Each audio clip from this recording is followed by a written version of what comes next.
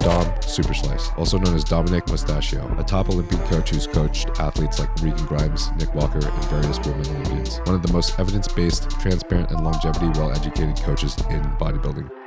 The future in performance-enhancing drugs is going to be in different myostatin inhibitors. And I have experience with them with a lot of different clients. The thing that they not realize that the ones, especially Volstatin, anyone that I've put on it for more than 3 weeks has wrecked all their health markers. Worse than any androgen they've taken. I would be willing to bet anyone any amount of money if you took two identical twins and you had one of them on 1,500 milligrams of androgens a week, and you had the other one on 300 milligrams a week. But one of them was outperforming the other one in the gym by 25 or 30%, that the one that's in the gym, that their performance markers are continuously improving. I promise you that that person will see more tissue than the person that's running. With GLPs, those have been around for a very, very long time. But I do know without a doubt, 6 people that did the Olympia this year that were all taking retatrutide, and all of them had issues. And like everyone should have a basic calcium score test done. It's super cheap and non-invasive, and it gives you a good broad spectrum of if you do have any calcium or plaque buildup. But anyone that was on any of these GLPs, GIPs in the clinic that was on thyroid medication, on all of them, none of their medication changed, but their TSH was dropping. And that's essentially because it's slowing the process where food is going into the small intestine. So your body is essentially absorbing more of everything that you're taking. You can take it year round. The problem with what he ran into, he was taking it 3 times a day, was taking it at times high doses, anything from 8 to 12 IUs a day, but not taking no days off from it. So I'm talking about if you're taking more than 4.5, 5 IUs of GH every single day for 2 years straight, that's when you're going to run into issues. When would you take a break? Insulin and HGH work together like peanut butter and jelly do. And that's why, so assessing that data, that shows you that he responds better to doing slightly lower volume and having those compound movements programmed in the beginning of the workout. And then the way Regan's training is, it changes each week. So week 1, he starts his workout, say with incline Smith machine press. Then week 2, that goes to the second, and then dumbbell press is what he starts week 2 with. How do you control waist growth during off seasons? Hey bro, What's how up, are brother? you? How are you? Good. How are you doing, Doc? I'm doing good, man. Doing good. Just finally like 2 weeks where I didn't have to travel. So that was good because this year has been crazy to say the least with all the shows. Yeah, you're traveling all the time because of your clients, right? Yeah, Mostly? mostly. But next year, there's no way that I'm going to be traveling that much. And to be honest, I actually think that I could peak most of them better from actually being here in one like a controlled environment than actually physically being at the show, especially when there's multiple shows going on. Really? Well, just because you got to think about it, like if you do have like this weekend, I had like 2 different shows going on, 2 different time zones. When you're at a show, you're getting pulled in so many different directions with things that really are not the most like important variables to peaking someone. Where if you're in like one controlled environment where I'm at my office, and when people travel, they travel with like a specific ring light that I give them, like a black backdrop, like a black sheet. So the check-in photos are consistent, and they fill out these logs that are like, your weight log, your photos, and like urination logs, where if they're getting me this information. You got the urination logs going, little pee in the bottle type shit. I'm a big like data-driven person, and like when you understand the way the body works, like especially if you're checking things like blood pressure, blood sugar, it's a hard process if you have all of that data fuck up. I mean, granted, you could run into a circumstance where a client's just stressing and they have a cortisol dump. Yeah, and it's a little bit different. But no, I totally agree with you. I actually really like the data-driven methods for peaking as well. Like I feel like I've seen a lot of success through like Chris doing weigh-ins with Jordan, like in between meals, and then making sure you're aiming for that. Same thing with John Jewett with Sean Clarita. And Kyle Wilkes did that with me too last season, and I really like that. So working with Patrick, with him not weighing me, was kind of a surprise. Kind of did things by eyeball more, but he didn't check your weight. No, not in terms of like. We check your weight every single morning. Like I have a log every morning, but in terms of like in between meals or at the end of the day, I None. mean, it's, you said the thing, it's common sense. Like, number one, to like see what someone's normally fluctuating from the night or the morning. And then going into like a show, you should, even though like somebody's physique could have 10 different like body compositions at a certain weight, you should know within like a 2 pound weight range for that person to come in like nailed, where they're, you know, fully like glycogen loaded and that they're dry. So, you know, if you have that information, it just like minimizes the things that can go wrong if you're monitoring all those tangibles. No, I mean, it makes sense. It makes Yeah. sense. I don't know. I was also curious about the whole if he was ever going to like measure out my urination and match that with the liquids coming in. And I didn't mention anything to him. And then last show, randomly, he brought it up. He's like, make sure to drink as much liquid as you're peeing out. And I was like, oh, there it is. Now it is. Now he's doing it. He's been a really great coach. And it's, I think more so it's like slow and steady wins the race. Like he's starting with the lowest dose cycles with me first, and we're going to continuously titrate up. Like for the first show, didn't run any Winstrol, any orals aside from Berberine. And then we did add a little bit of Halo at the end, but you know, I was expecting to do something like Winstrol. So Yeah. I mean, everyone's body is like, I mean, Winstrol is usually a staple for most people, yeah. but there are some other like compounds like where people like think that they have to take like Tren for every prep. That's most certainly like not the case, because there is some people that when their like androgen load is over a certain threshold, that it ends up just negatively impacting their body, and they actually look better doing other androgens or higher DHDs. I actually kind of feel that way too. With Kyle last year, oh, and he's an amazing coach, but obviously it was our first prep ever, right? Every time you do a first prep with any coach, very well, right? yeah. Yeah. Anytime you're doing a first prep with any coach, you're shooting darts at a dartboard in the dark. You don't have any data. But I hadn't really been like much of a competitive bodybuilder for many years, because I was just staying fucking peeled for social media so I can make some kind of money and make it by. And then finally I started making money. So when he and I actually did a prep, God, dude, it was by far the wildest and biggest stack I've ever done. And it's not like I wouldn't say it's like a massive stack compared to, especially compared to other pros. But for me, of course, it was like out of the gates, definitely a big one. And I didn't really know, you know, I was thinking, oh, I'm fucking excited to jump on all this shit. But by the time like showtime came around, like every week that was progressing, I'd be like, God damn, I look so fucking vascular that I feel like it's harder to see the definition in my quads, just because I'm like that fucking full and pumped up from the gear I'm taking. You know what I mean? That kind of look. Yeah. That's the point where I was like, I feel like this is a little bit too much for my personal response at the moment. Like maybe we should have started a little bit lower and then jump with Patrick. And we actually started way lower than that. And I actually felt like we could have had a little bit more in. But yeah. Yeah, no, I mean, that's always where you should start off, like at the lowest baseline, and then monitor things and slowly titrate things up. And usually I'm huge on changing one variable at a time. So many people, even when I was competing, there were shows I prepped myself for, but the first couple of NPC shows I did, because I was so, I didn't know anything about drugs.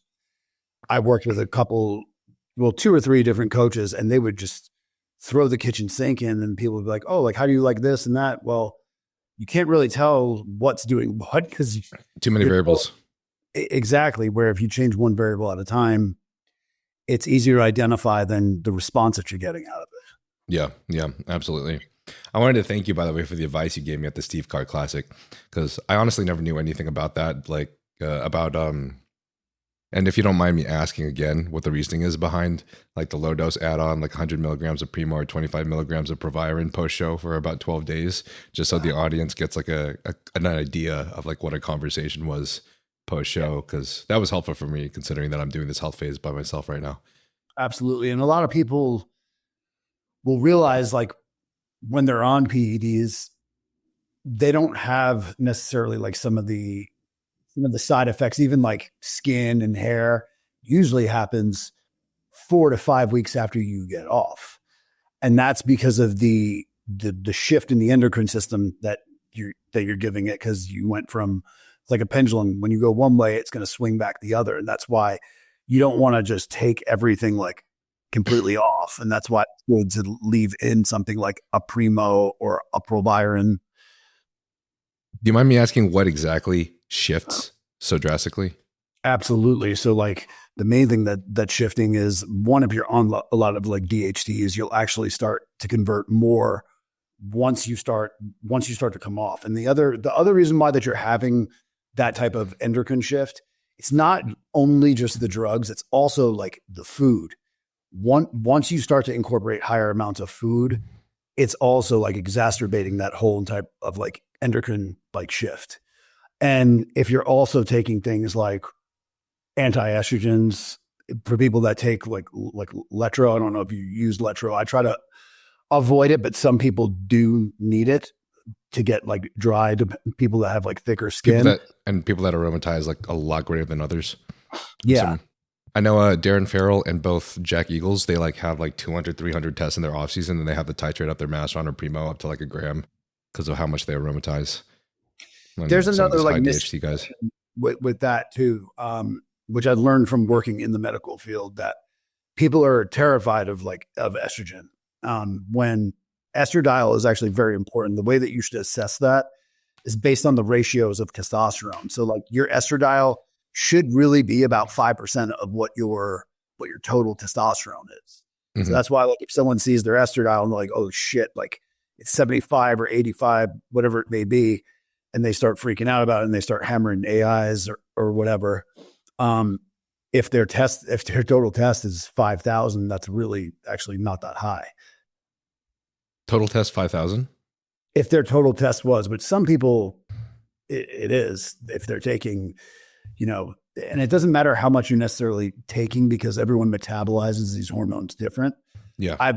I've seen someone before running 550, 600 milligrams of test and their total test was 7,000. 500 milligrams and the total test was 7,000. What the fuck is that? Exactly. It was 7,200, around that range. That's crazy. But I've also seen the vice versa where there's people doing, 600 milligrams of test and their levels are like 2,000. So that's why everything is so individual based.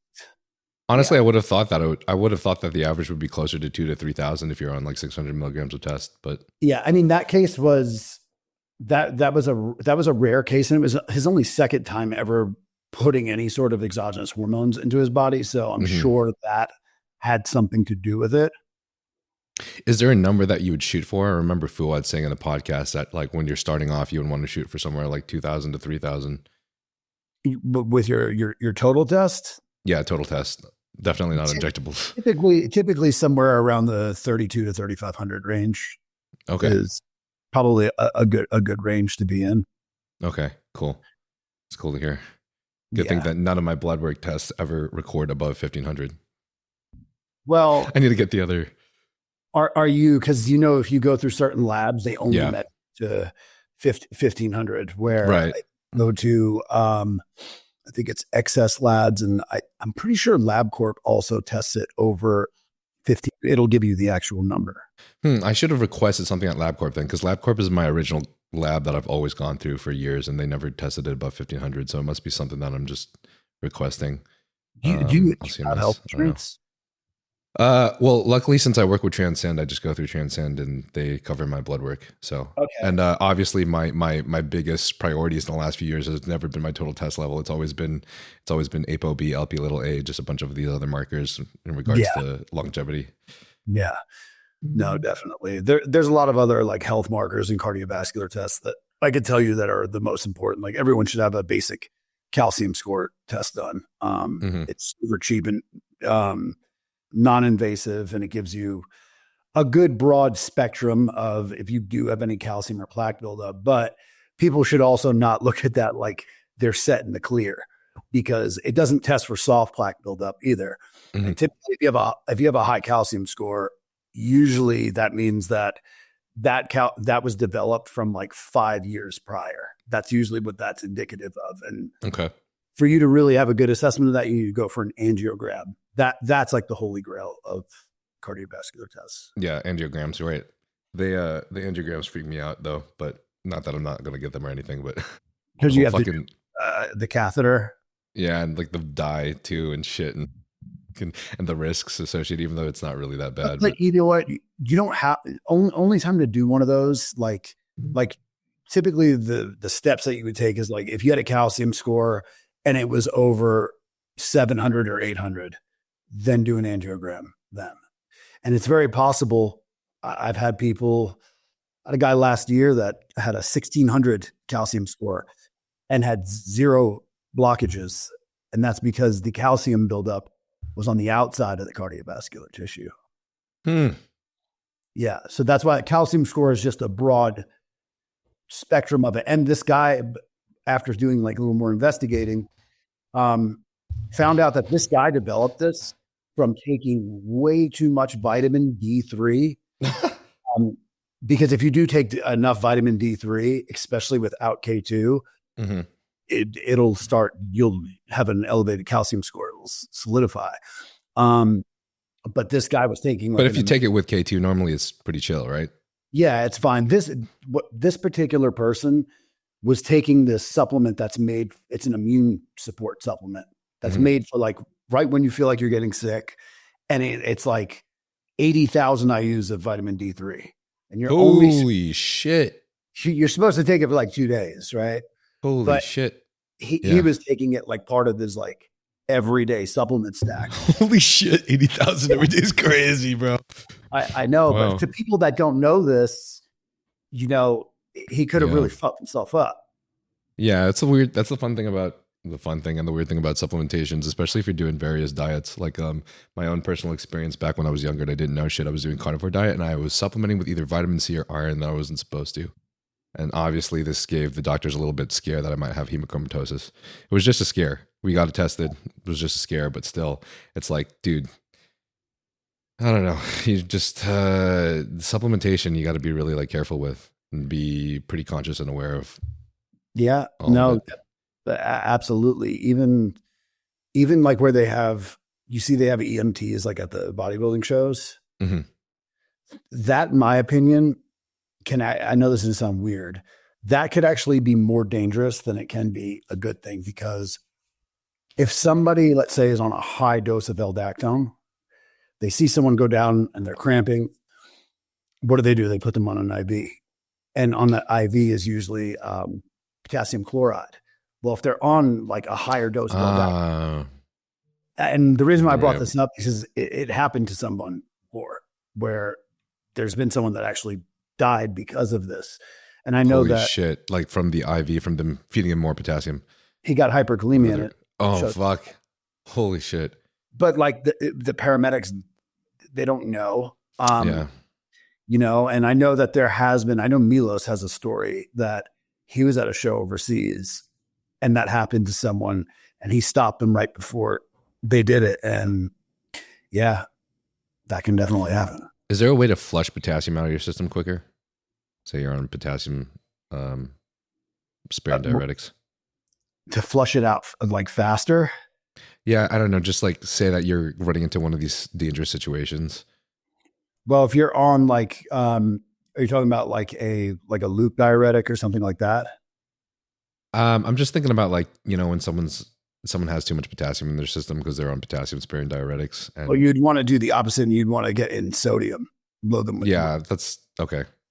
With sodium, that's really the main thing because the two kind of balance each other out. Yep. Okay, that's what I was thinking. Anyways, reeling it back real quick because I kind of wanted to ask you a little bit more in depth. Did you happen to have a reasoning for about 100 milligrams of Primo or about 25 milligrams of Berberine, like in those 12 days post show? So that's just like a rough, like, and it should be really contingent on like what your androgen load was. Mm-hmm. I mean, that's saying that, you know, it wasn't anything like too crazy. Like, let's say it wasn't anything over, you know, 1,500 milligrams a week. Then, you know, if it was a little more than that, then you should do a little bit more. Then. Okay. Yeah. Gotcha. That makes sense. Let's see. I think mine was about 600 test prop, 600 mass P. and then 100 milligrams of Tranase a week. Okay. And then it was 10 milligrams of Halo on training days, like 3 weeks out. And then we upped the Halo significantly just for peak week, up to like 3 a day. So 30 milligrams. But I guess throughout all of prep, it was just like that. And then I added Winstrol myself. The Halo, because I'll tell you, I'm not usually a huge fan of Halo. You're more of a Superdrol guy now, right? I mean, because when you weigh out the pros and cons of it, Yeah. I mean, Halo is strictly a performance-based steroid. It's made for powerlifting. So if you are in a case like the last 4 weeks where your training just goes to shit, where like you're performing like at least 40% less than what you normally were performing, then of course, then the Halo would serve a benefit, because of course, if your training is going down the toilet, that's going to eventually negatively impact your physique. Yep. But in terms of it structurally just by itself, it doesn't do nothing to really enhance your physique, opposed to something like Superdrol and then if you weigh out like how toxic it is, you know, you'd be better off then at that point, if you're going to go that route, to do something like Superdrol or something like that. Yeah, I understand what you're saying. So I got a story for you so you kind of understand where we're coming from. And I don't think very many people actually know this story in the podcast. Some of them know a little bit, but not really my headspace and what I told Patrick when we started. So basically, I agree with you. Halotestin is great for, the performance. And that's what Patrick initially added it into. He added it in for my leg days because my leg muscle, the muscle maturity I have in my legs is honestly the youngest. I just gained leg size in the last year to 2 years, and I was always very unproportional. Now, according to the judges, my legs are great, and they actually want me to bring up my upper body, so that's cool. But obviously, this was clearly for a performance reason. That's why he added it specifically just before leg workouts. But what I told him when we first started is basically I got my pro card in men's physique in 2019, and the way I did it was this is when I knew nothing, right? So I guess this is 5-6 years ago. I knew nothing about gear, nothing about bodybuilding. And probably one of the main reasons I even started this podcast in the first place is because I went through this experience, basically being with a coach in Chicago. Oh, fuck, I shouldn't have said that. I was with a coach basically who kept trying to push me to take gear. And I just kept saying, no, I don't want to take gear. I don't want to take gear. And he would keep pushing stuff on me and be like, well, take this. This will make you look better. And I'd be saying no, but every time I go to nationals as a natural guy, I get 16th plus place, right? And when you're starving to fucking death, man, and just like your biggest dream is to show your parents that you can be a successful bodybuilder, it starts hurting you. And then at some point, he's like, all right, take these pills. It'll make you look drier. It's not a steroid. I took him. It was a Arimidex and Nolvadex. So I was taking Arimidex and Nolvadex as natural. Continuously to progress, it did kind of make me a little bit drier, but as we continuously to progressed, at one point he gave me halotestin. I didn't know what halotestin is. I never heard about it. I didn't know it was a steroid. I knew about trend and test and all this stuff, but I didn't know about halotestin. Talked to one of my friends, and he was like, yeah, bro, that's like one of the craziest steroids. And I'm like, no shit. And he's like, yeah. And I'm like, well, I guess I'm not an natty anymore. To be honest, I didn't really care too much. I think I just knew inside that fuck, I just want to win at this point. So, if this is an accident and this is meant to be, I don't know, whatever, fuck, I'll fucking take some shit. So I ended up doing a couple more shows, started getting better and better, and I ended up winning my pro card on Halotestin and Winstrol. So Winstrol, I looked pretty dry and I looked pretty good up to the show, but I did remember when we started putting the Halotestin, I had no injectables in my body, no tests, no anything. It was just purely Winstrol and me being natural dude on AIs and shit. When we added the halotestin, it added a level of fullness where I was like, holy fucking shit, I've never looked like this in my entire life. But that was only when I was running nothing else. So imagining the change, I guess, in my level of androgens from, that baseline of just Winstrol and adding that halotestin on top. Yeah. I'm sure that's probably what made the change significant.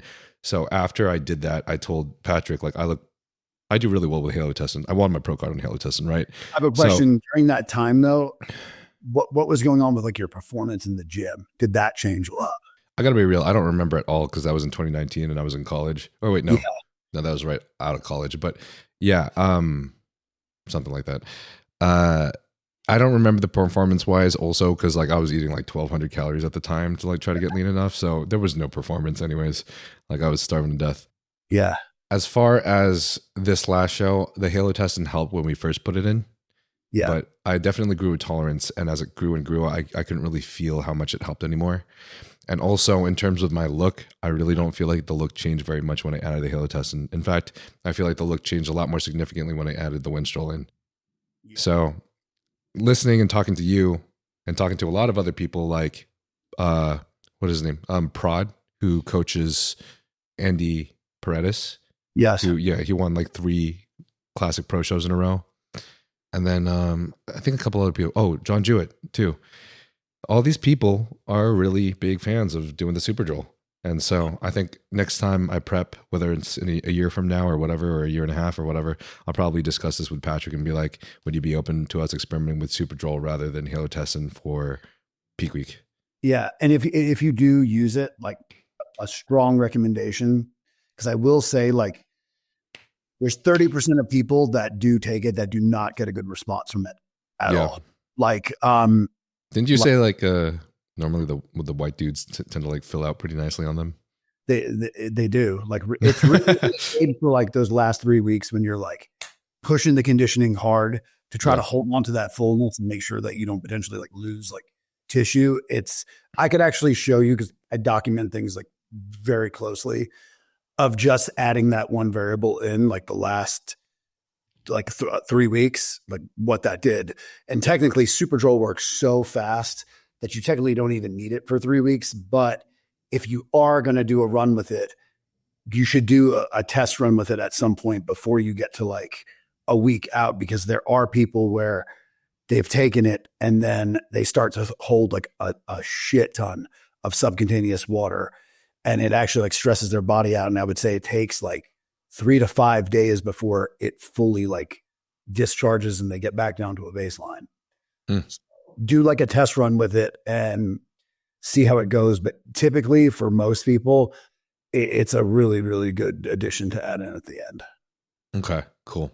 I appreciate the advice, man. Truly. I guess since we're already discussing post show, have you ever put a client on thyroid? And if you do you normally immediately remove thyroid, taper it, or keep it in post show? No, well, like when it comes to any sort of like exogenous thyroid meds, you always want to taper them off slowly. Mm-hmm. So typically like, the first couple of days after the show, keep them on the same amount, because typically they're also adding in a bunch of additional food. They probably ate the 2 days after. 3 bazookies. Yeah. Hopefully coach isn't listening. And then usually start to titrate it down, like cutting it down.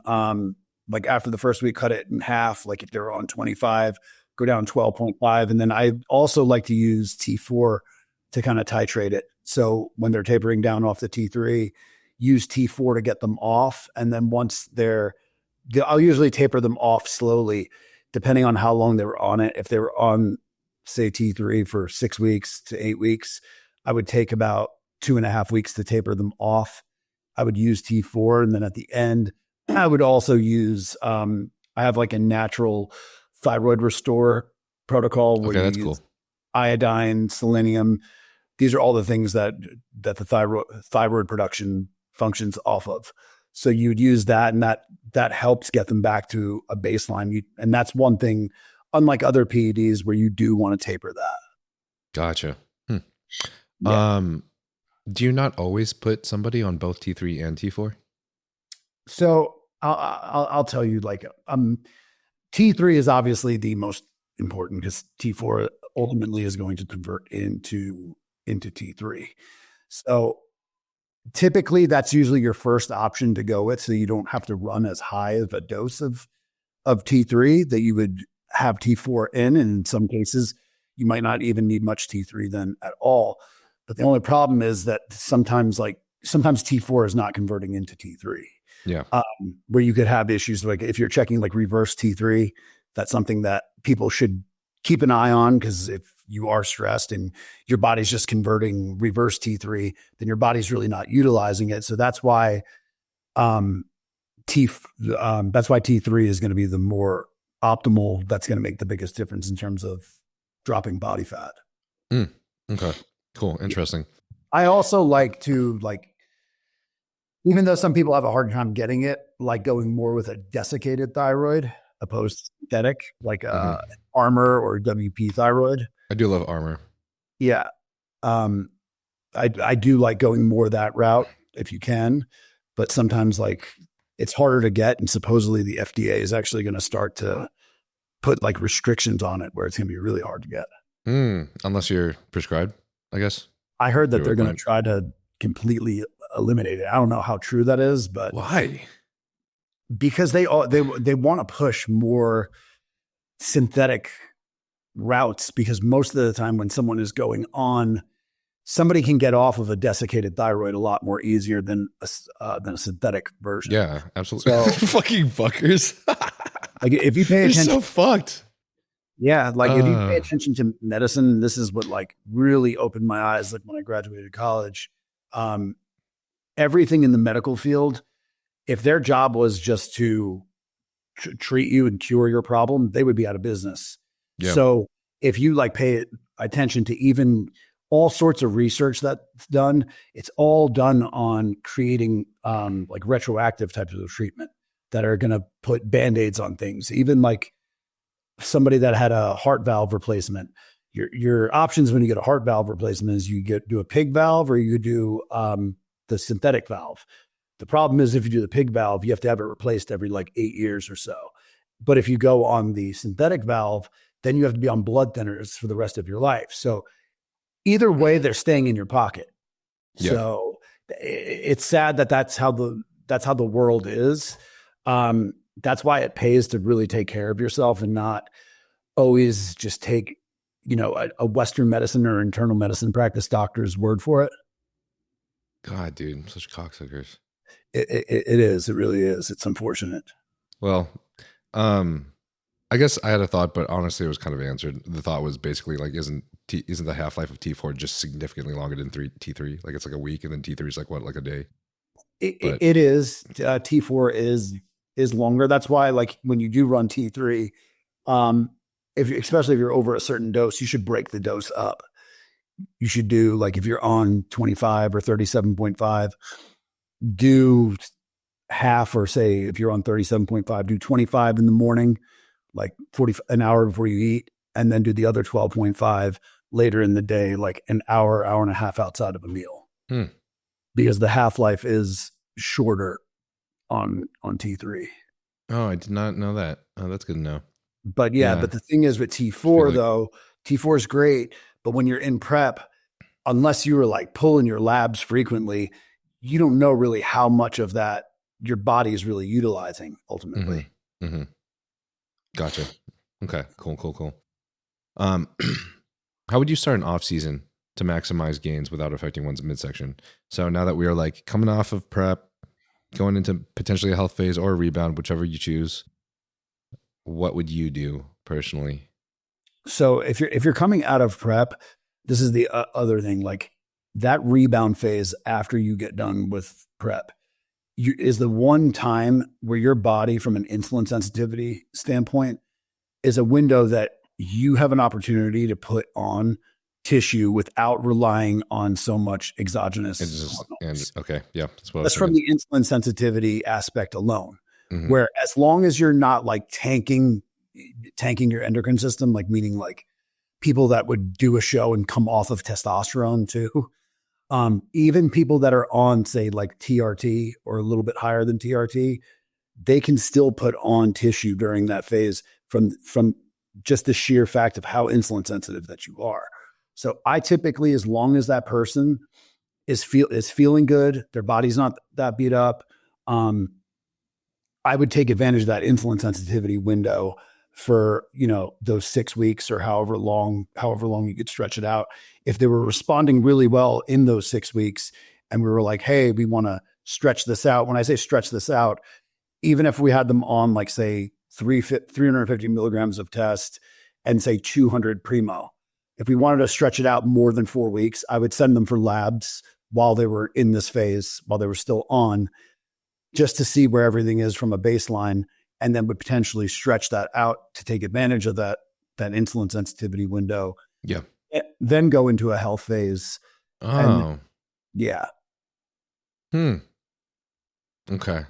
So most of the time you would wait out like how many weeks did you say before doing the health phase post show? It really depends on the person. There are some people, like most of the people that I had in the Olympia this last year, I had 6 people in the Olympia. Most of them had been in prep a lot that whole year. Like they had qualified and then they were going right into the Olympia. So most of them, I put them right into a health phase. I'm like, look, like, you know, you qualified in August and you did the Olympia, you know, it's time to take a little bit of a break. But some people that they didn't have as long of a prep and their bodies are in like a good spot, then would take advantage of that rebound window for, you know, and you could stretch out that window, you know, as long as that's why you don't want to just start eating like an asshole. You want to start increasing food.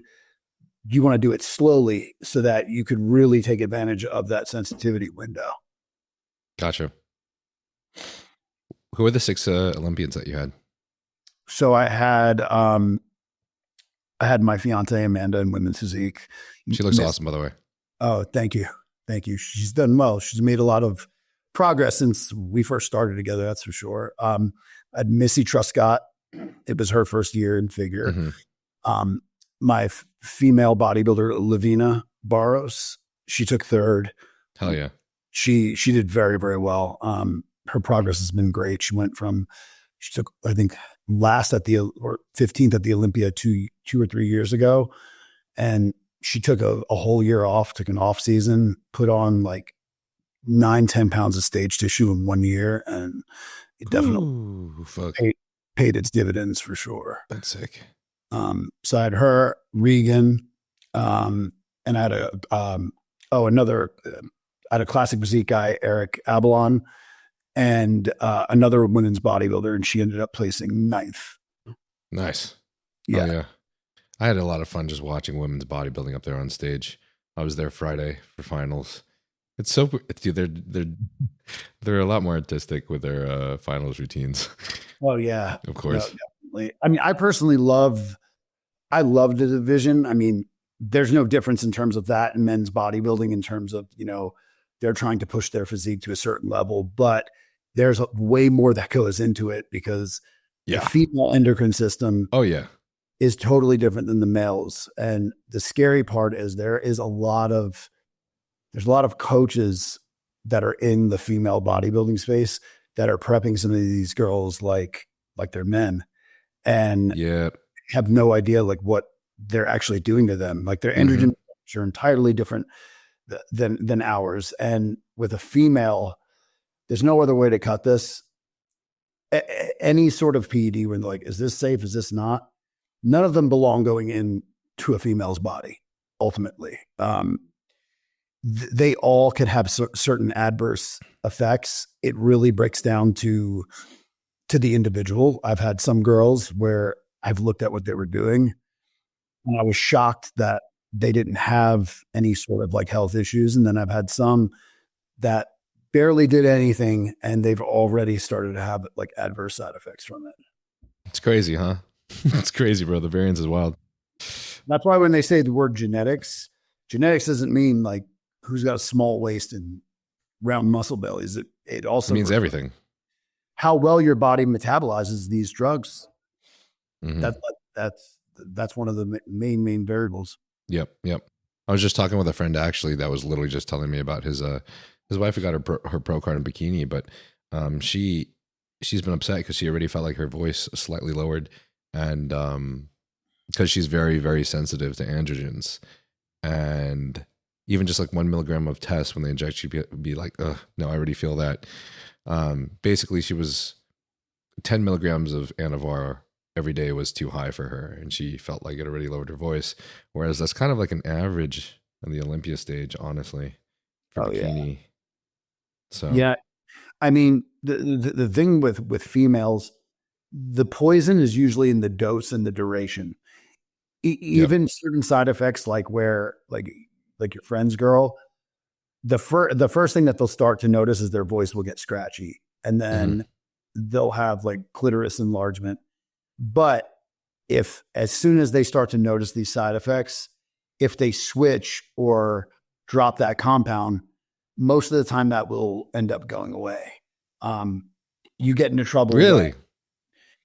Right when you start noticing it, which right again, when you start noticing, okay. Too, where I know girls too from even 5 milligrams of Anavar for like the first week, they'll start to notice that their voice starts to get like scratchy, and then, you know, that's early signs that your vocal cords are getting thicker. But if you went ahead and you were to come off of it right away, then, you know, chances are that you didn't do any permanent damage. Okay, that's nice. Opposed like to guy now. If they stayed on it, then the damage is done. Yeah, for sure. Okay, cool. As far as starting off that off season, you know, maximizing those gains, which I'm also happy that I'm just jumping straight into a health phase, because I was on prep for 24 weeks, almost half a year. I noticed, because you did what, 3 shows? I did 3 shows. The first one was an 18-week prep, and then each show was 3 weeks in between. Yeah. So 24 weeks. That's smart. But in terms of like the off season, what, like the setup? Yeah, in terms of the off season. But I think before we go there, I just want to state this to preface before we discuss the off season, because you're talking about where you're putting the health phase. But previously, I've been experimenting. I experimented last year, and I felt like I was more of a proponent of Rebound, so I was excited to try the Rebound, right? And this year, I think after just talking with so many excellent and smart individuals and very high achieving coaches, it just seems like taking a health phase is just a lot more effective, because of the fact that like you can only grow so much muscle in a short period of time. There are those rare occurrences or those rare people that can just blow up in a short period of time, but most of the time you got like this kind of cap where you can only grow so much muscle in a short period of time. So trying to stack everything on top of each other, like insulin sensitivity, large amounts of gear, large amounts of food, all at the same time, normally doesn't reap as much benefit as you believe it will, versus the side effects, right? So Absolutely. For me personally, I did not gain as much muscle last year doing a Rebound as I did the previous year, where I took things very slowly with my insulin sensitivity, as well as taking a health phase prior. So I'm excited for this health phase coming up. Yeah, definitely. Like I'm on right now.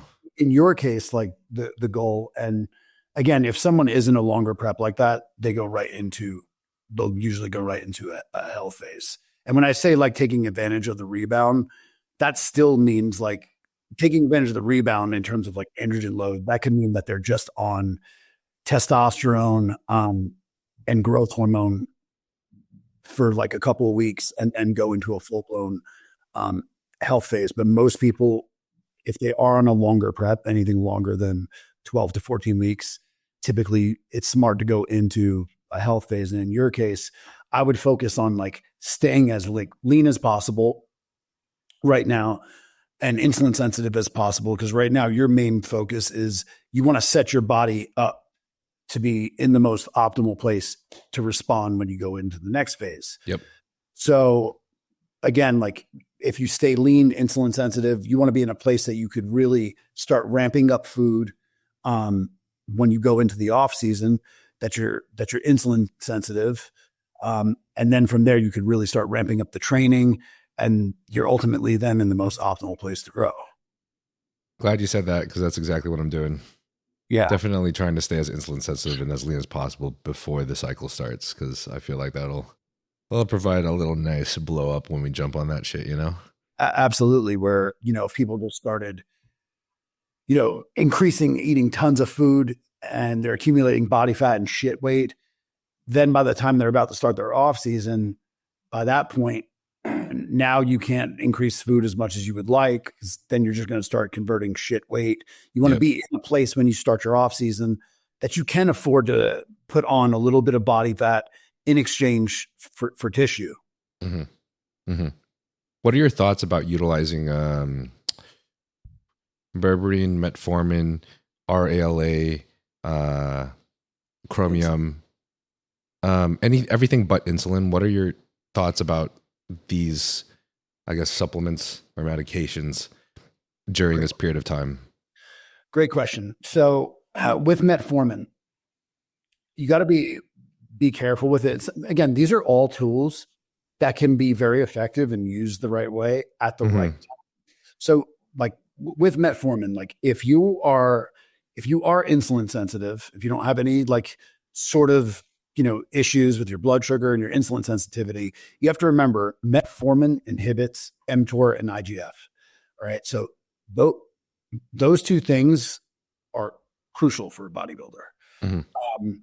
Now, I personally know a couple of bodybuilders that have actually lost a ton of muscle by taking metformin daily, every single day, without taking growth hormone too. And these particular individuals, they were not insulin resistant. They were just taking metformin, but they weren't using like exogenous growth hormone, which that's going to tank your IGF. Just taking metformin by itself, if you're not using growth hormone. Gotcha. Yes.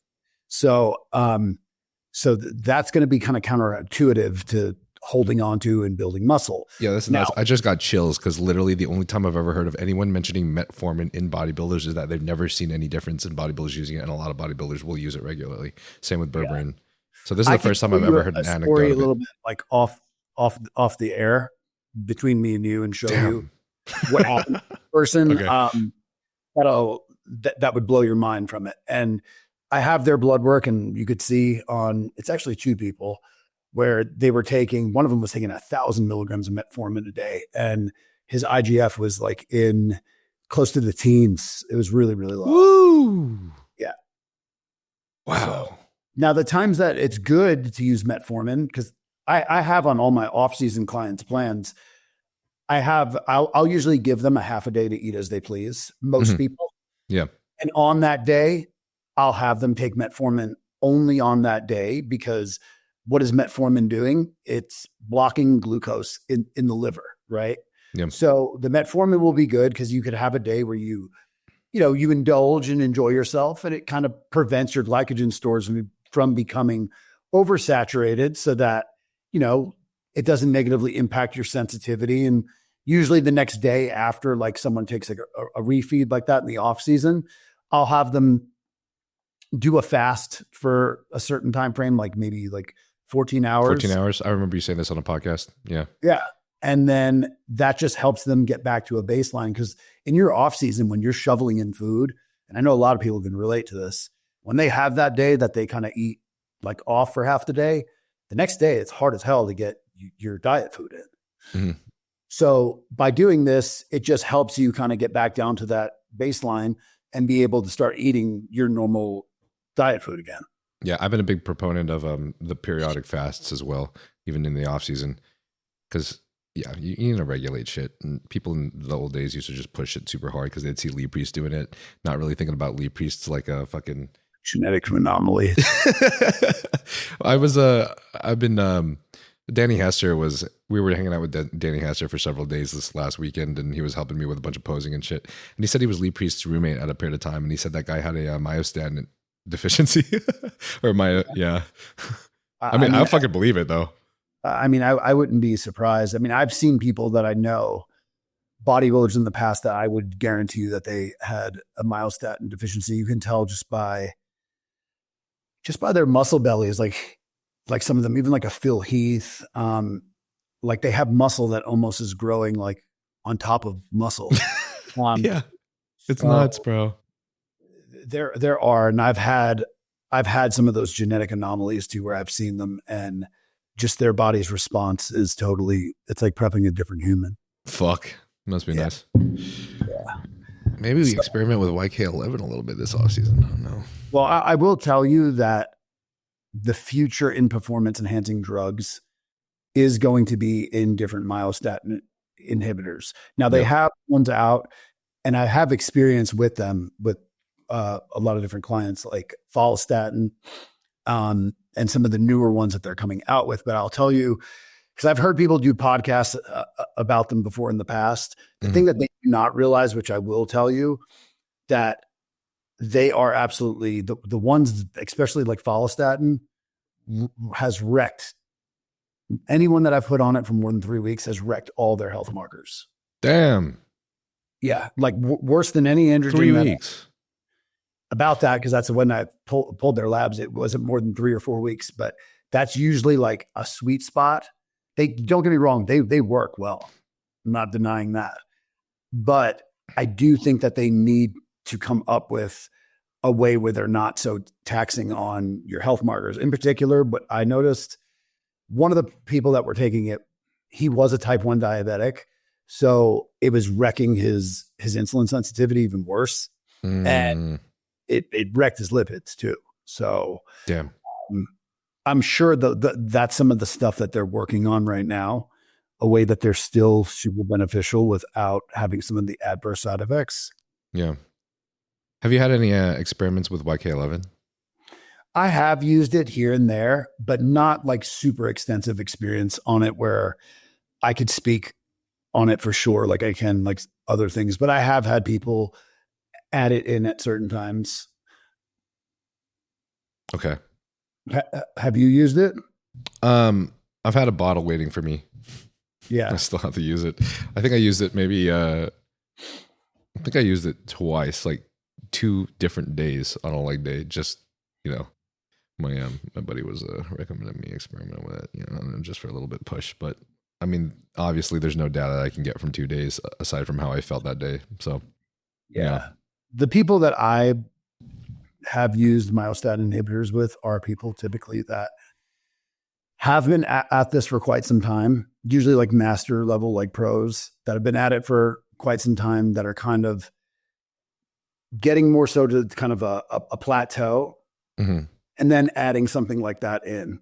But, you know, for people that are just starting to compete, they're usually going to respond to a lot of just the basics. And, you know, a thing that a lot of people overlook too, and I will say that it took me at least like a good 6 years into my coaching career to really open my eyes to this, is the training. Yeah.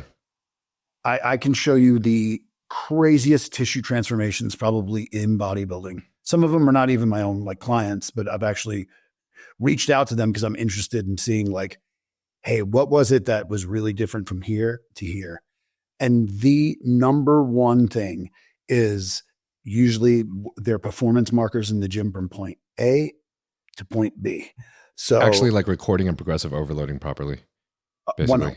100%. Like I will tell anyone, and I would do this, I would be willing to bet anyone any amount of money if you took 2 identical twins and you had one of them, let's say, on 1,500 milligrams of androgens a week, and you had the other one on, let's say, 300 milligrams a week, but one of them was outperforming the other one in the gym, let's say by 25 or 30%, that the one that's in the gym, that their performance markers are continuously improving, I promise you that that person will see more tissue than the person that's running triple the amount of androgens.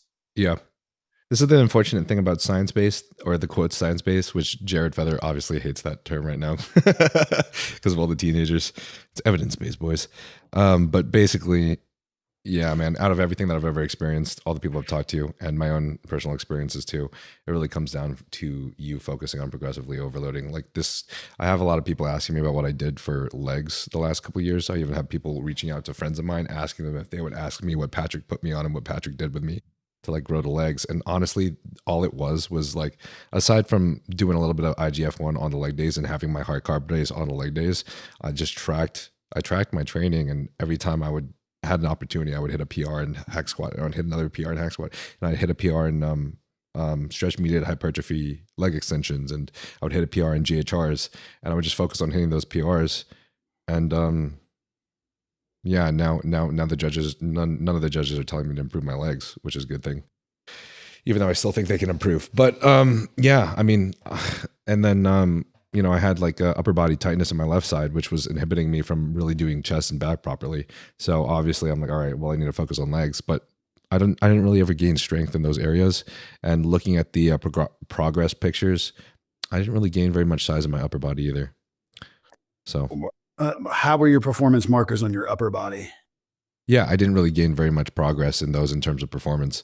Like the strength in my chest presses. Tissue didn't come really either as much as it did your legs. No, tissue was about the same. Chest was about the same as last year. Yeah. Unfortunately. So, I mean, there is a direct correlation. And again, like about 5 years into like coaching on the more like higher level is what opened my eyes when I had clients I've been working with for years. And I'm like, okay, like literally everything is programmed perfectly. Like, why is this person not responding? So then I had them go back, say like a person back then that needed to bring up their legs and their upper pecs. So I was like, look, I want you to tell me what you're doing on incline Smith machine press and hack squats on your top set.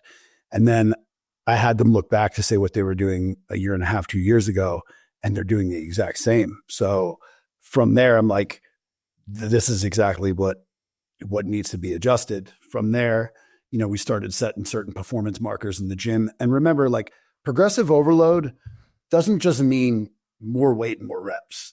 Like you could be doing the same amount of weight, the same amount of reps, but moving the weight better.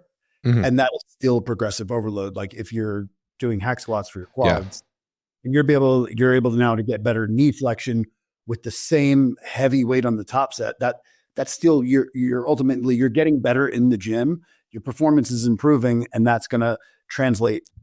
I totally agree with that, but the fact of the matter is that is like 10 times harder to measure just because it's not quantitative. And when it comes to hardcore bodybuilding versus science-based bodybuilding, it's the science-based bodybuilders that think that they're progressing because they're doing that. But the hardcore bodybuilders are the ones that are going in there, going as hard as they can and trying to move heavier weight. And that's why they're getting more progress, is they're actually doing progressive overload, right?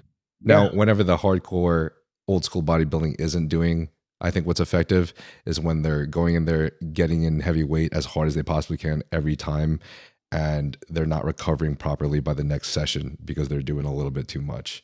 And that's when it comes down to like monitoring your fatigue and then monitoring and managing just how much you're recovering so that you're still progressing every time, right? That's the hard part, I think. Absolutely. And that's why when I refer back to being a very big data-driven person, is because if you have enough information, like where I have some people where they have Aura rings where I could track their heart rate variance. They're giving me information on their workouts. I see, that there might be a week where, their performance markers aren't up. We're essentially as coaches, and even in the medical field too, we are pretty much the same thing as a detective. We are provided certain information, and from that information, that can help you draw the right conclusions ultimately, if you're just paying attention to the right things.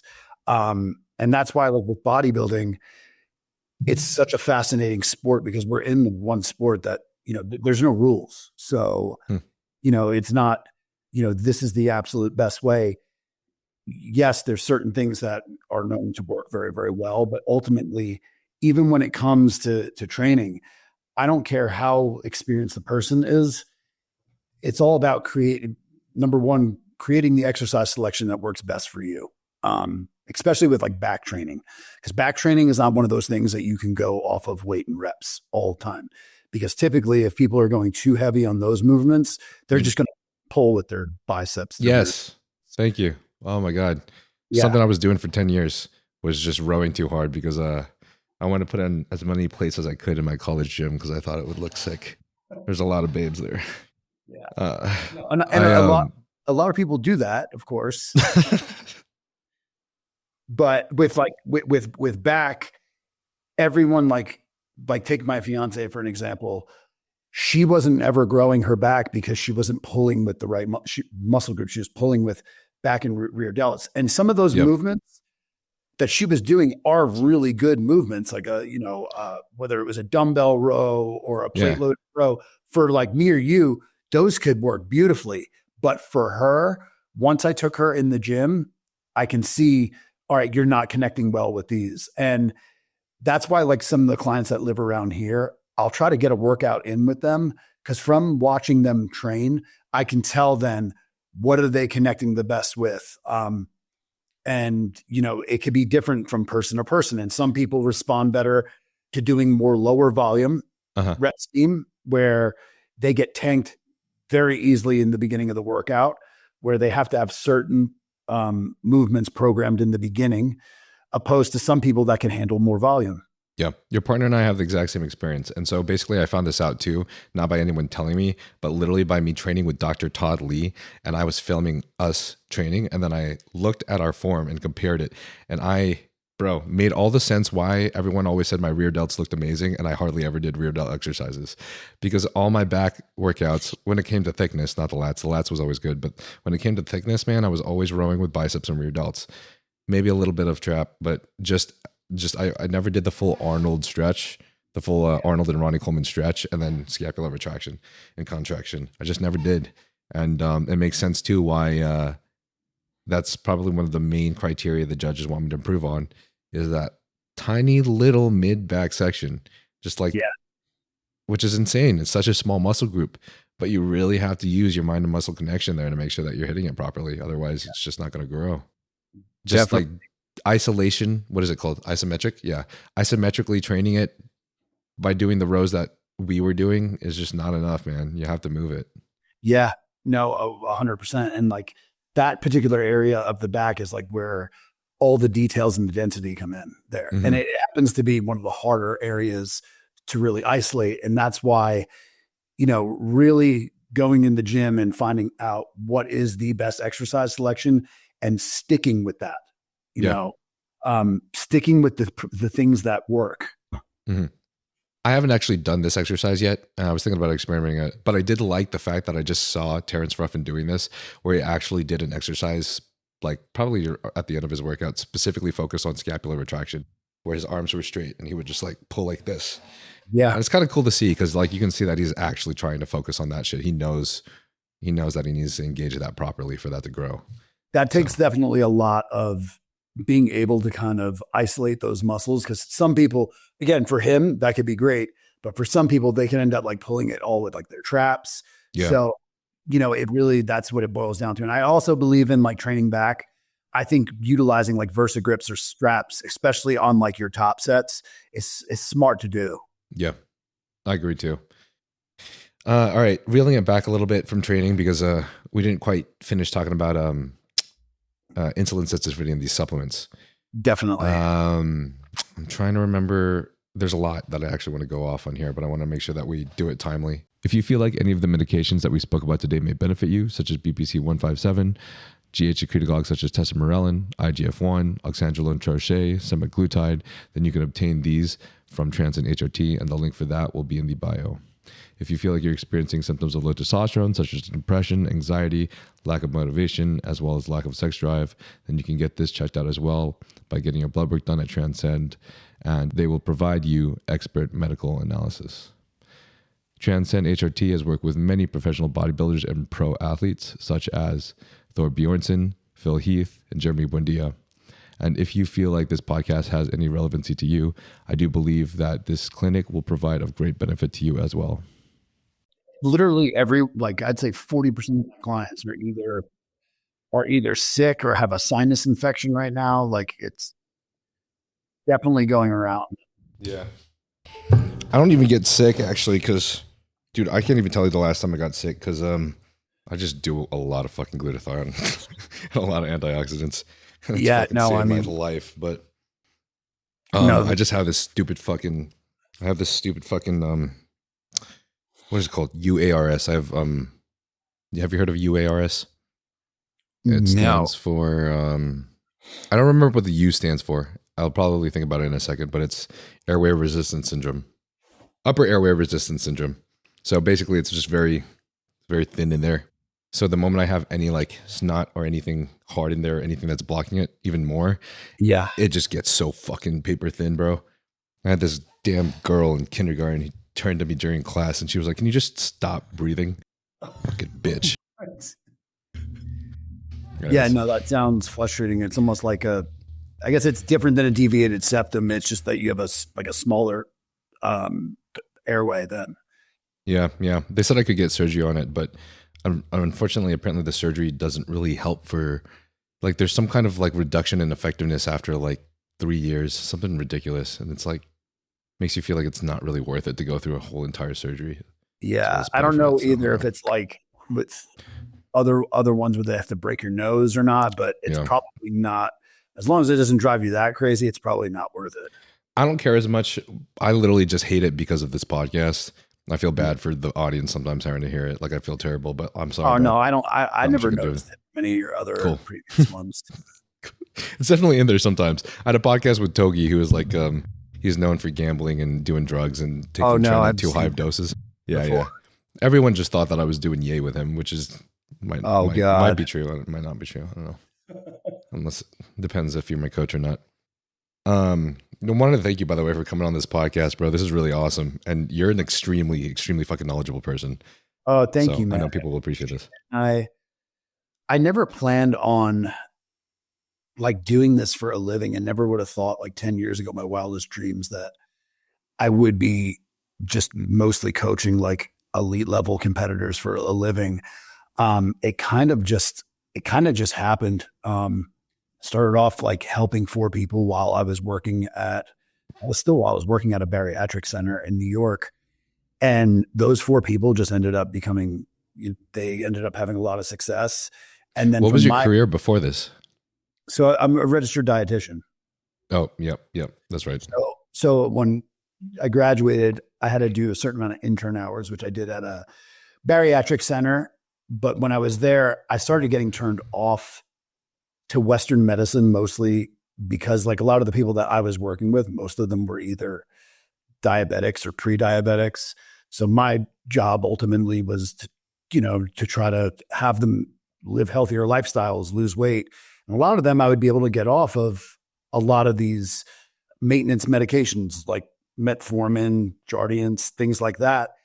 But there was one day, I never ever forget this, where I was pulled into a boardroom and they sat me down and they had a list of a whole bunch of different medications that are all retroactive medications, from statins, Metformin, a whole laundry list of ones. And they said, look, under no circumstances do you take off or recommend any of the patients to get off of any of these medications. And even when I said to them, look, you have over 90 days of perfect optimal labs, where they technically don't need to, but they literally said word for word, the way that the hospital writes up a P&L report is on prescription history.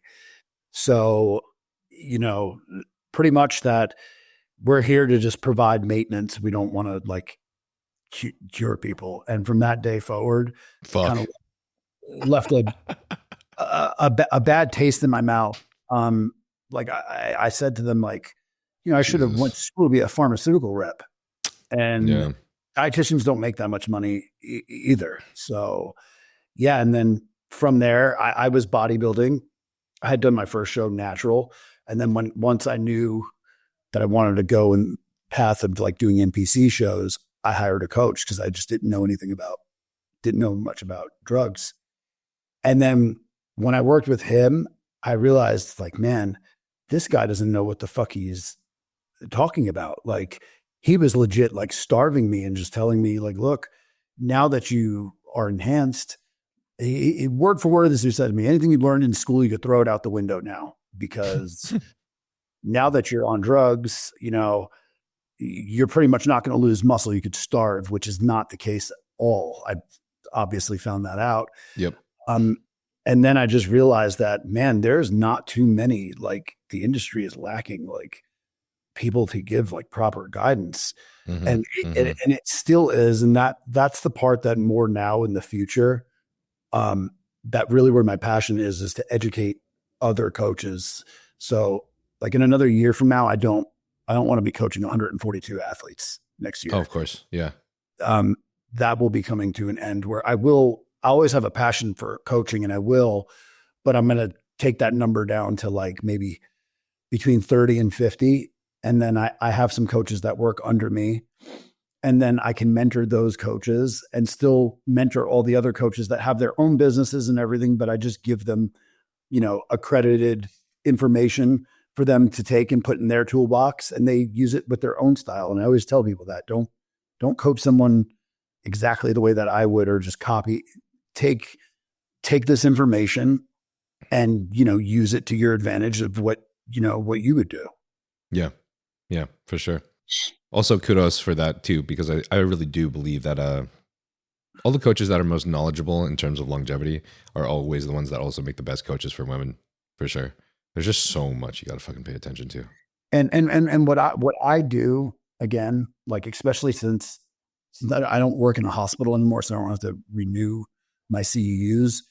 I still take a certain amount of money every year, and I put that into continuing education, no matter how long I've been doing this. And every year I'll do it on something different. So I know when COVID first, even before COVID, there was a year for like 3 years that I put strictly into learning more about the female endocrine system and also how these androgens affect them. So somebody that's a good friend of mine, I don't know if you know her name is Victoria Flecker. She's from Canada, and she's one of the only people that I know or are aware of that has a PhD that specializes in specifically women and performance enhancing drugs and how that's cool.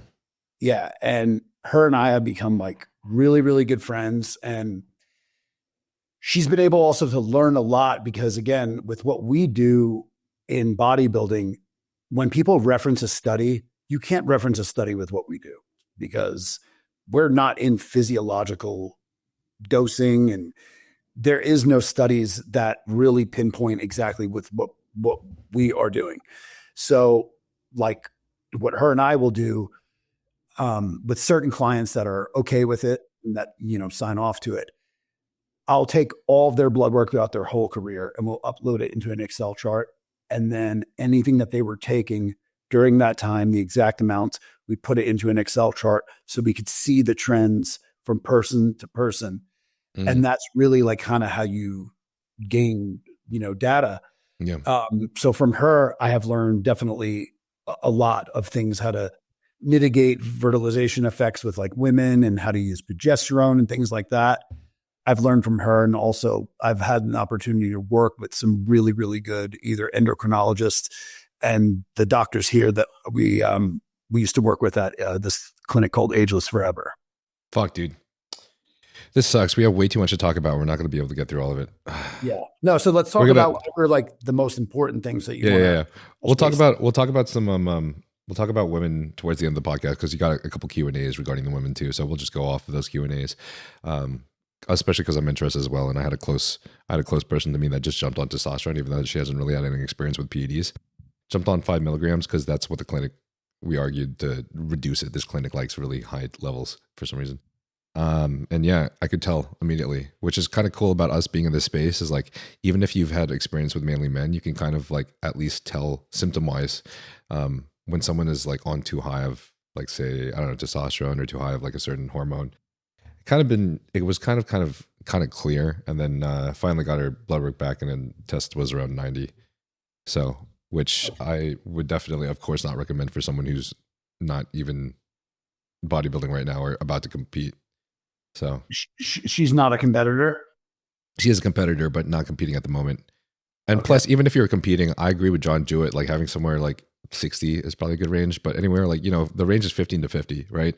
So I don't really see a benefit in being twice the amount of someone who's already in a healthy testosterone level. When did she pin the testosterone part? That's also very important. Yeah. We kind of solved this all out and stuff and made sure that we pinned it at a certain point because her coach wanted to know how high it was shortly after, like pinning the day before. So he wanted to know where it was at the peak as well. Anyways, we'll move on from the subject, but just wanted to share that with you because it's very interesting that's just testosterone alone. I can't imagine like regulating estrogen and progesterone and all of these other factors, as well as minimizing viralization, and every single androgen that you add on top only adds to the potential viralization. And then these girls some of these girls don't even like get the fucking voice analyzer app too. Yeah. So then they just find out later that, oh shit, like I was on this call and they couldn't recognize my voice. I was trying to say, no, this is me. And it's not fucking recognizing my damn voice. Wow. So yeah, it's rough. Anyways. All right. Back to the insulin sensitivity, especially post-show though. So yes. That's what you said about metformin. What about RALA, chromium, berberine, any of these other things? Absolutely. Isn't berberine similar to metformin in that action with MK? It is, in terms of it's going to help like prevent like glyconeogenesis, which is where your liver dumps glucose, which you want to kind of avoid that. So yes, it does, like, similar, exactly what you said, similar to metformin, but you're not having some of the where it's drastically like inhibiting IGF or mTOR. It's going to help like lower your blood sugar, in particular, like in the liver, and ultimately increase like your sensitivity. So if you notice, like if you do take like a good GDA or like berberine, typically if you want to take that about, let's say, 20 minutes before meals, because ultimately what that should help you do is it should help push your blood sugar down. And it's also going to help increase your pancreas's production to produce insulin, so that when you do eat a meal, ultimately you want to have your blood sugar below 100. If it's over that, then a big part of the nutrients that you're eating is not being partitioned into the cell, into the muscle cell. Mm-hmm. So like berberine is great. Chromium's good too. What about with MPK? Like I don't MPK. have much experience using it, actually. Well, I mean, no, with doesn't berberine also act on mTOR in a similar fashion to metformin? But not to the extent of like where it would inhibit it. Like okay, cool. Where it would, to the extent that like metformin would. Okay. To that extent, like metformin is definitely like berberine, but on like steroids, pretty much. Okay, so you would normally choose berberine over metformin, then, I'm assuming. 100%, but like using the metformin on something like if you're going to have a day that you're going to eat off plan, then you could utilize something like metformin. If I had to pick between, even if you're training that day. If you're training on that day? Yeah. What if you're training on that day? Would you still do it? On the day of the refeed? Yeah. I would still take it just to prevent your glycogen stores from being oversaturated. Okay. It's not going to, again, if you're taking it one day, you're not going to have any adverse effects from it, opposed to like if you're using it every day on a regular base. Yeah, I feel the same. Like if you want to utilize that food for training, I mean, you could probably attest to this. It's usually like the next day that you'll actually feel those benefits from it. Mm-hmm. Mm-hmm. Because it takes longer than people actually think it does in terms of converting carbs into actual like muscle glycogen. Mm-hmm. Okay. Gotcha. What about RALA and chromium? Chromium's great. Chromium is more so going to like help your pancreas regulate your insulin production of your pancreas. That's why, like, when you look at GDAs, it's usually a combination of berberine, chromium, sometimes cinnamon cassia too. Yeah. Out of any of those, I'll tell you the one that I do like a little bit more, that I would be more inclined to using it in like a prep phase, would be something like Jardiance. Okay. So like the difference between those, like Jardiance helps flush glucose out of the kidneys, I believe.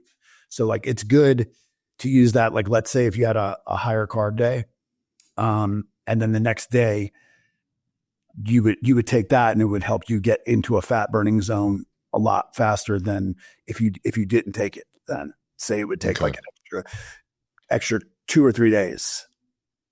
And like with just like competitor sensitivity, like when you're in a phase, that's why every athlete should have like 3 main things: a blood sugar monitor, a blood pressure monitor. Those are like the 2 main things. And with your blood sugar monitor, you want to check your blood glucose, both fastened, but also one of the other most important times is about an hour and a half after you eat a meal with protein and carbohydrates in it, to ensure that your pancreas is producing enough insulin, drive your blood sugar down, and that you are insulin sensitive. Mm-hmm. That data is crucial, because if you're still running high, then the food that you're eating is not going to the right places ultimately. Yeah. Right. Yeah. And then what about RALA? I don't really use it too much unless it's in any of the other GDAs that I use. Is there a reason for that? I'm not that experienced or knowledgeable with it. So I'm only going to use things that I've even read, some things that are kind of against the grain when it comes to chromium, saying that really isn't as beneficial for people's insulin sensitivity as you would think. That berberine is really the main like staple.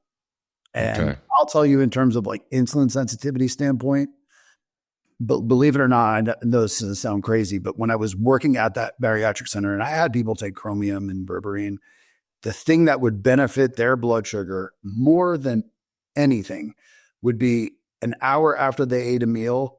If they had 10-minute walk. Yes, that would be more than any supplement that you can take. I love that shit. I just get lazy sometimes, but I still fucking love it though.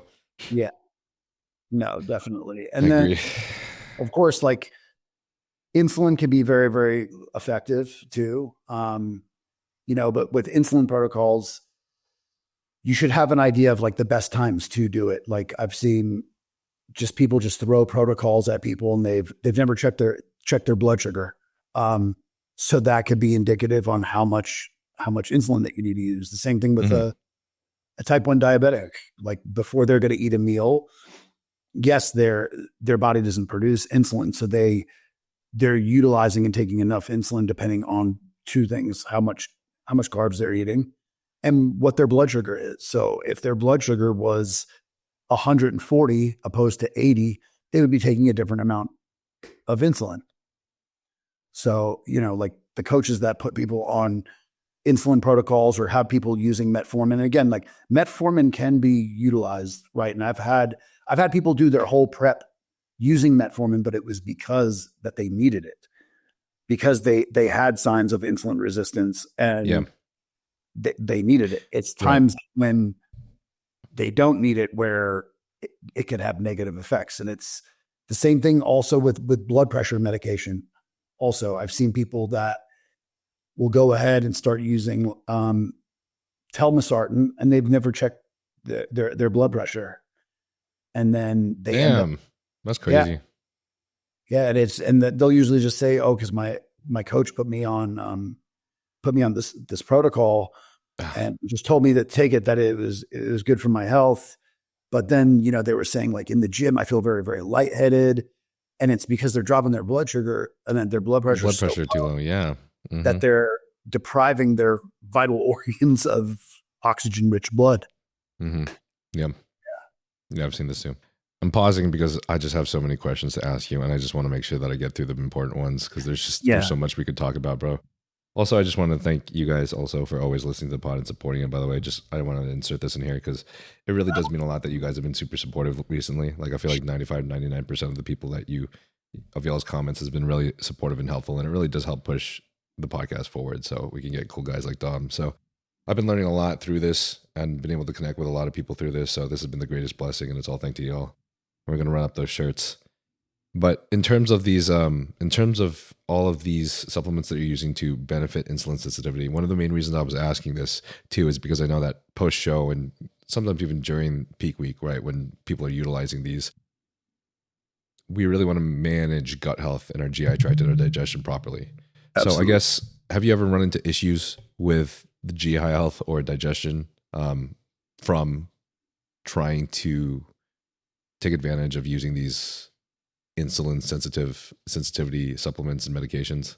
Yeah, absolutely. So especially going into the final week, and what people will notice and they won't understand why is that like the last day before the show, especially if you're manipulating water or you're using diuretics, there's a chance like once you become dehydrated, the first thing that starts to happen is you do start to run higher blood sugar. High blood sugar. Yes. I learned this from Stan, actually. Stan told me this, which I really appreciated. And he's been one of my clients now for about a year and a half, 2 years. But a lot of this too was when we found out about the whole diabetes stuff that he was going through. And the first sign that he said, and this is what started us like working together, he's like, "Man, I have to carb up. I'm not hungry." And I know he naturally has a fast metabolism. I'm like, check your blood sugar then, because your appetite is a little indicative of your insulin sensitivity and your metabolism.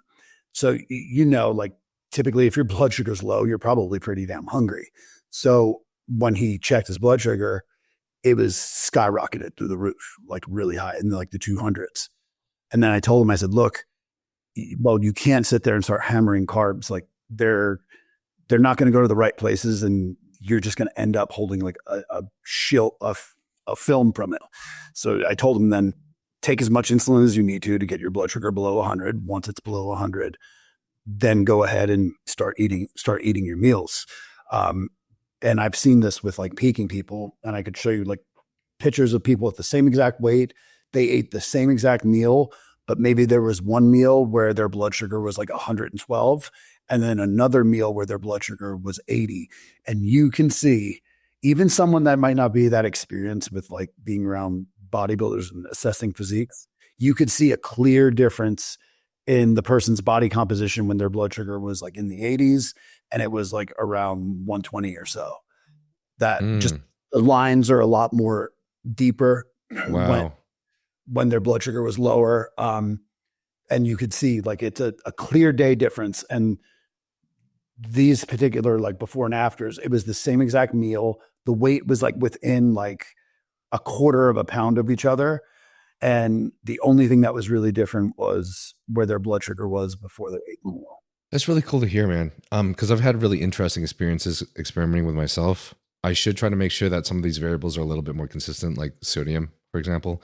But my experiences with using some of these GDAs and stuff hasn't been as beneficial for me. Cool.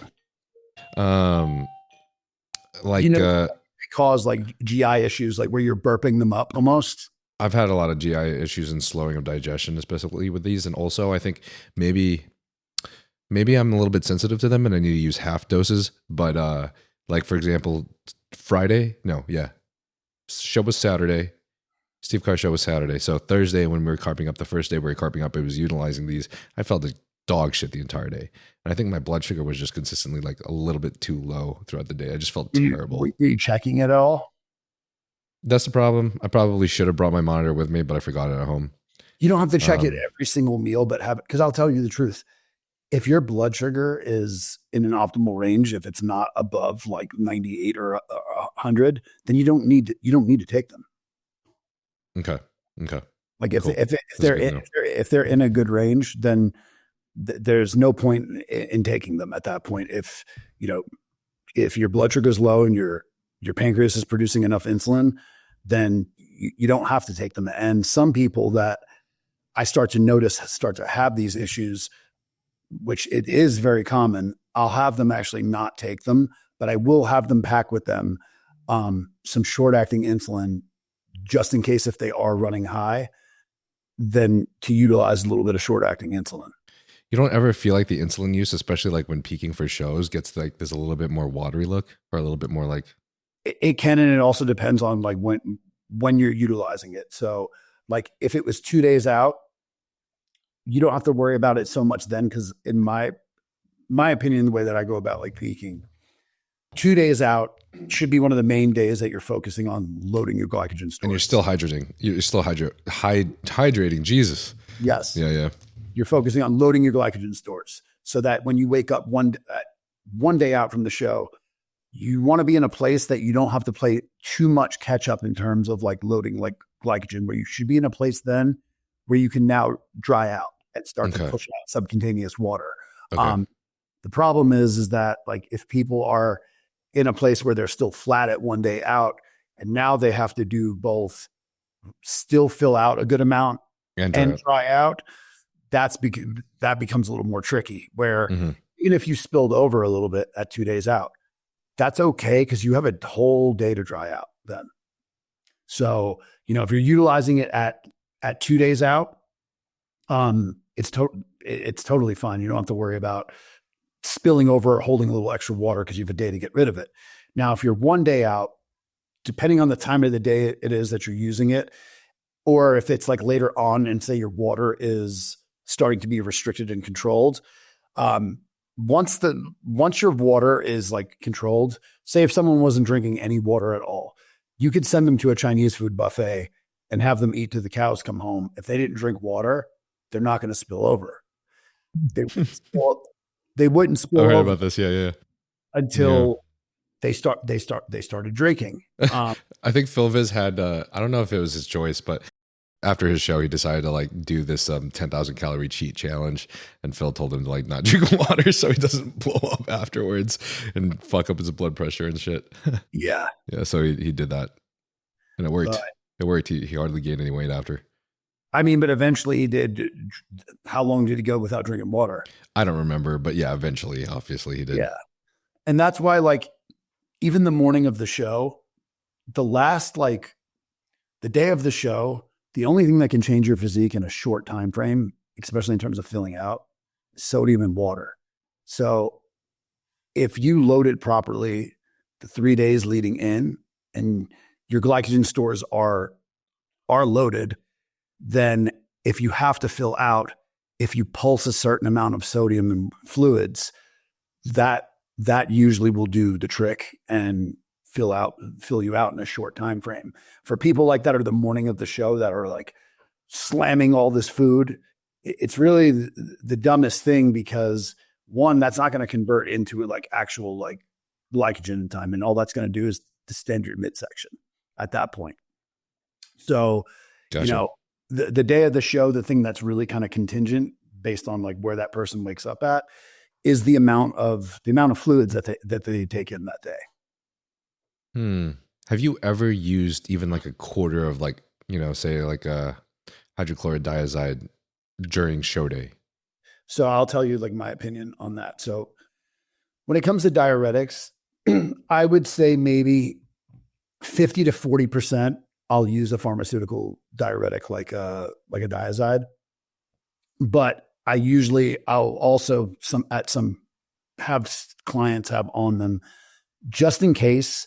Again, I can count on one hand how many people I've had actually needed them to use this. Have something like a loop, like a Dimidex, like a 5 or 10 milligram Dimidex, because with Dyazide, for anyone that's ever taken it, you'll notice it doesn't pull right away.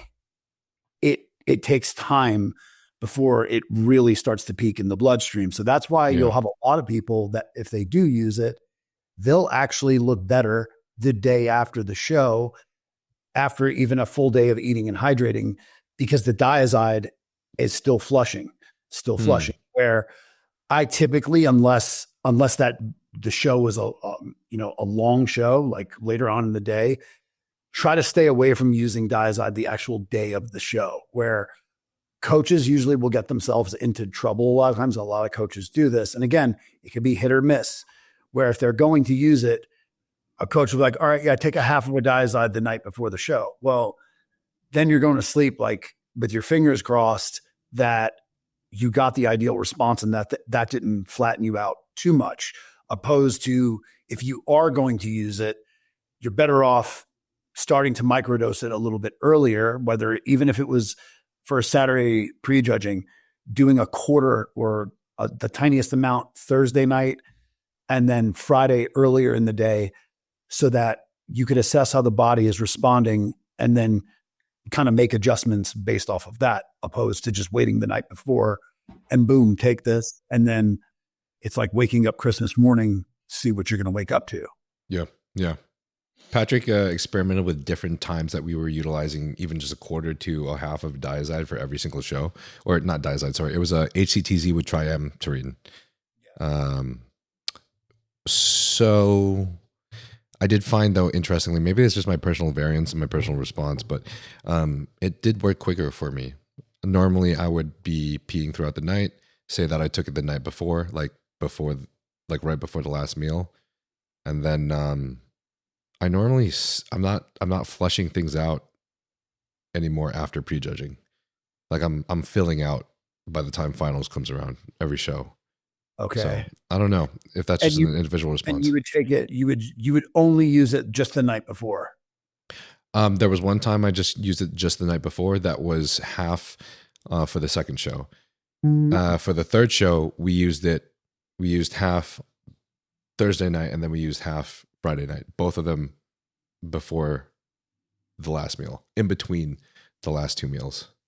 So the things usually too that you'll look at in terms of like monitoring certain variables is, let's say like someone your size typically has like a 5-pound fluctuation from night to morning. Okay. So someone small. Well, And it doesn't, I mean, you're bigger than most people, but some people too, like when I was competing, I would have a 10-pound fluctuation from night to morning, which made it stressful when I had to make weight. Yeah. But I would identify that person's fluctuation beforehand going into the show. And let's say that fluctuation normally is for someone like 5 pounds. Now, a peak is going well the day before the show when you're minimizing that fluctuation, because typically the day before the show, you're eating more food than what you would normally be eating on your baseline diet. Mm-hmm. So, like if that fluctuation is down by 50 or 60%, where instead of you being up 5 pounds, you're only up like 1.5 pounds, 2 pounds, the peak is going in the right direction because your body is still flushing fluids while you're loading glycogen because you're eating more carbohydrates. Mm-hmm.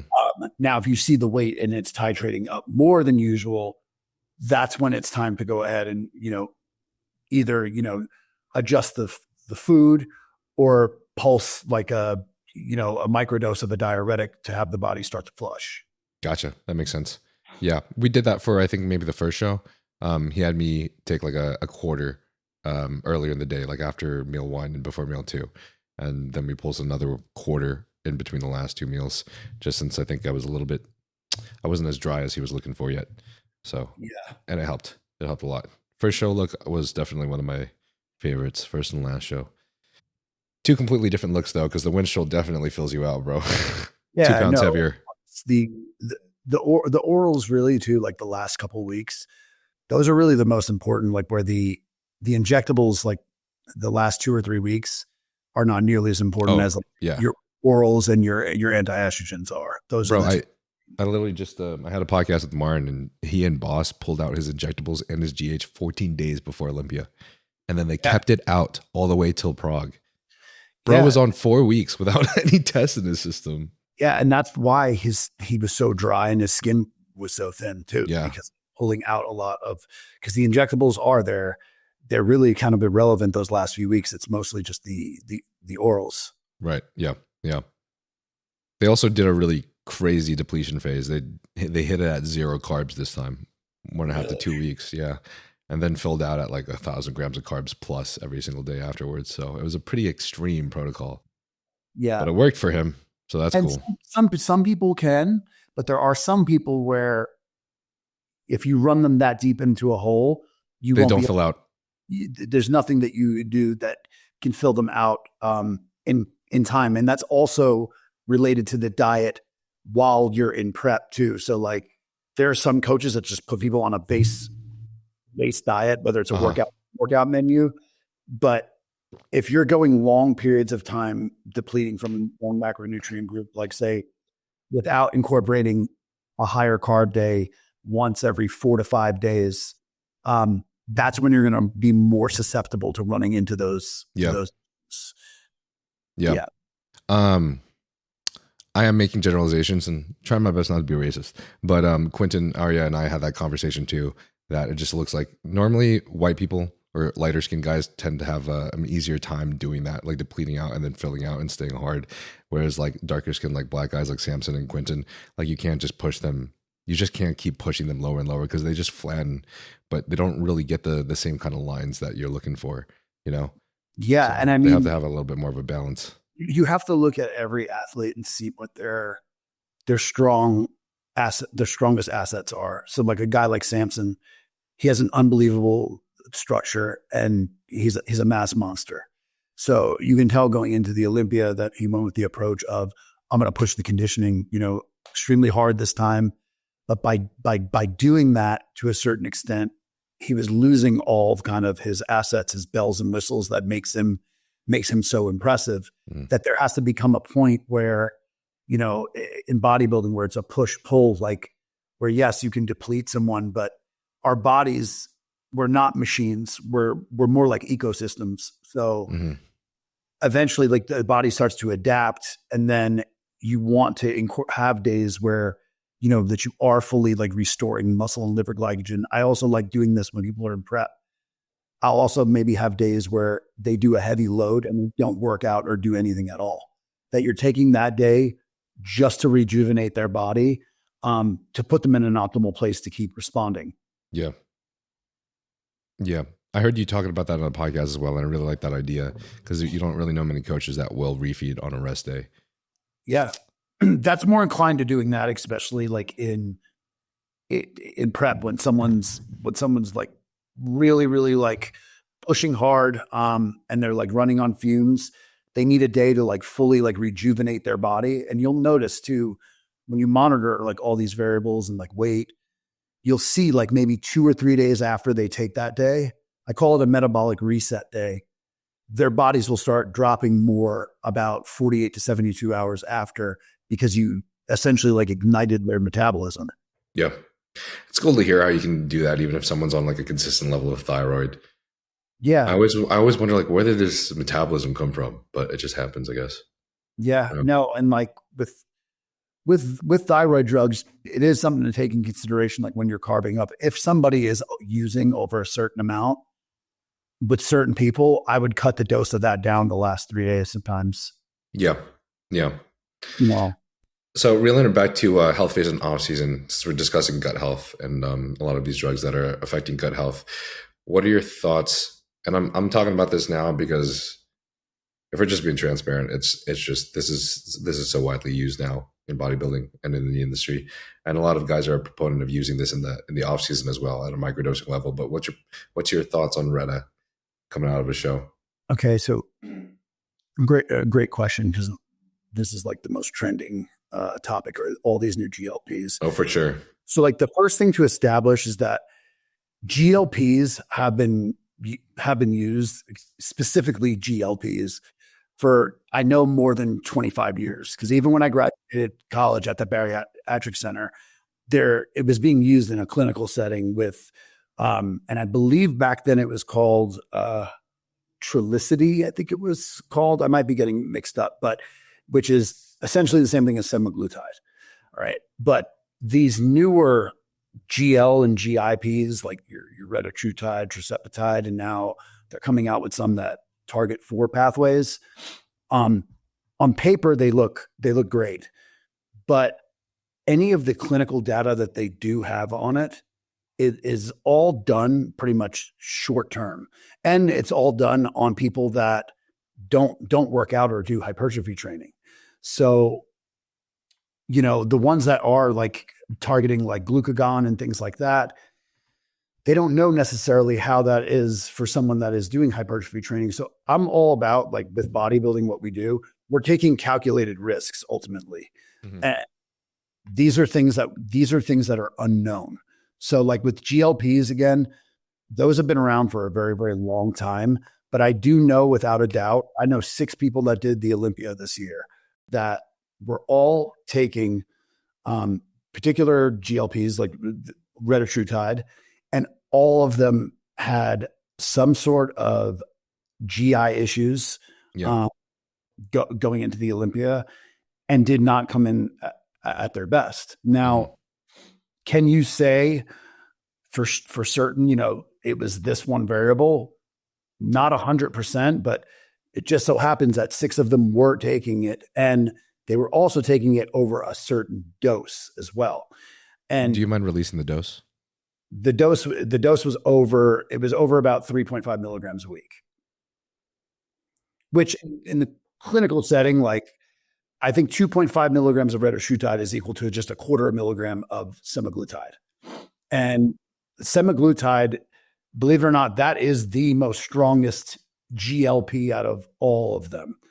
Is actually semaglutide is the strongest one.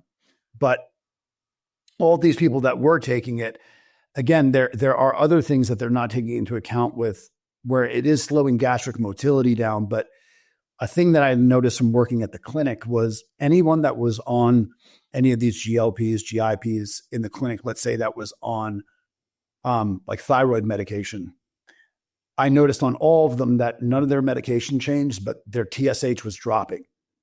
And that's essentially because it's slowing the process of where your food is going into the small intestine, where that's where your body is absorbing a lot of this. So your body is essentially absorbing more of everything that you're taking. So these are things I feel like not a lot of people are taking into account, going into the show, that the last week before the show, in my opinion, that the GLPs should be removed that last week. Going in, like if you're taking it the last week, it's smart to take that out the last week. What did you mean by things are being absorbed more and this isn't being considered? So saying like when you take a GLP, it's slowing gastric motility down, which essentially where your food goes into your stomach and then it goes into your small intestine. The part of where it's going into the small intestine is where we're absorbing all of our nutrients. So when it's slowing that process down, we're now essentially absorbing more of what we're taking in. So like the people that were on like however much desiccated thyroid they were on or whatever at the clinic, their TSH was dropping by like at least 25%, every person that was on it. And it's because your body is absorbing more of what you're taking in now because it's slowing down that process of when you ingest anything. Does that make sense? Including like including your medications, anything that's being absorbed orally. I see. Yes. And that's why I guess I never thought about that either, which I should have. Even certain food sources that people are on, in my opinion, too, the diets should be taken into account if someone is on a GLP or not. So like some people, let's say that if they're putting like having meals that have fats in them and they're eating a slow glycemic index carbohydrate, I promise you that will lead to like midsection distension without a doubt. Yeah. When you're taking a carb source that's already, a lower glycemic carb source and adding fat to that, which when you add fats to carbs, it essentially slows the glycemic index down. Even slower. Yep. It's nice that you're saying this though, because I think this gives us reason to at least, if our GI is slowing down, to at least reduce protein and like, feel like, okay, well, maybe some of this will be at least absorbed a little bit more. So it's okay if I reduce the protein just a little bit so I can prioritize my digestive motility. Plus, just something that I want to share, and this is just one anecdote, right? Because I don't have clients, it's just me. But my personal anecdote is Retta did affect my GI tract and how fast I was digesting throughout prep. So if I ate too much protein above 250 grams, for example, it would cause a little bit of issues, but it was never anything significant. And that's the nice part. And something I would do is I would microdose it regularly throughout the week, maybe say like 3 injections at minimum. And then by the time the show came around, I would remove it at least a week before the show. So that way, half-life is about a week, at least only like half of it maximum is still in my system by the time I'm carving up, and it would always help immensely. To be honest, the thing that affected my GI tract and my digestion the most was purely just Winstrol. Adding that on top of the Retta created a lot of problems for me for the third show. I could tell my waist was a little bit bigger in circumference, and also Thursday when I was adding in RALA and Metformin and these other things to help with insulin sensitivity while I was on Winstrol, and also probably a little bit of Retta was still in my system. I was having a bad time that entire day in terms of digestion. In fact, I would make sure to like pound at least 300 milligrams of Tudka like during some of my meals as well to kind of like help with some of this digestion. Were you using like betaine HCl during prep? I was using betaine during prep. Yeah. Yeah. Cause that's like one of the number one issues that most bodybuilders in prep end up having issues. It's usually a lot related to stomach acid. And that's probably one of the most important digestion supplements that you could be using. And then it helps so much. Yeah. Betaine was amazing. I had to take at least 4 pills of, I think, I forgot the dose on the pill, but I think it was like 700 each. So it was a big dose. Yeah. Per meal. And if you noticed from that when you started the Winstrol, that's what started a lot of the GI issues, I will guarantee you that you probably maybe did some damage to your mucosal lining of your GI tract where eventually it can turn into like what you've heard, like leaky gut. Yep. Which is common when you're in prep because your stomach lining and your microbiome, it lacks a lot of the pre and probiotics that you're normally getting in like the off season because you're eating a lot higher like carbs and pre and probiotic food sources. Honestly, I should have upped my I should have upped my glutamine dose every day for that Yeah. because I definitely got some leaky gut because whenever I would take GABA, I could start to feel it more. If that makes sense. I remember back when like my gut was a lot healthier, I would take GABA and I just wouldn't even, I would have to titrate up the dose of GABA to 3 grams and I wouldn't feel it as much, which tells me that like my gut was doing pretty well. Yeah. You know? So, You should take like oral BPC 157 and TB 500. I do. I take that orally from APR.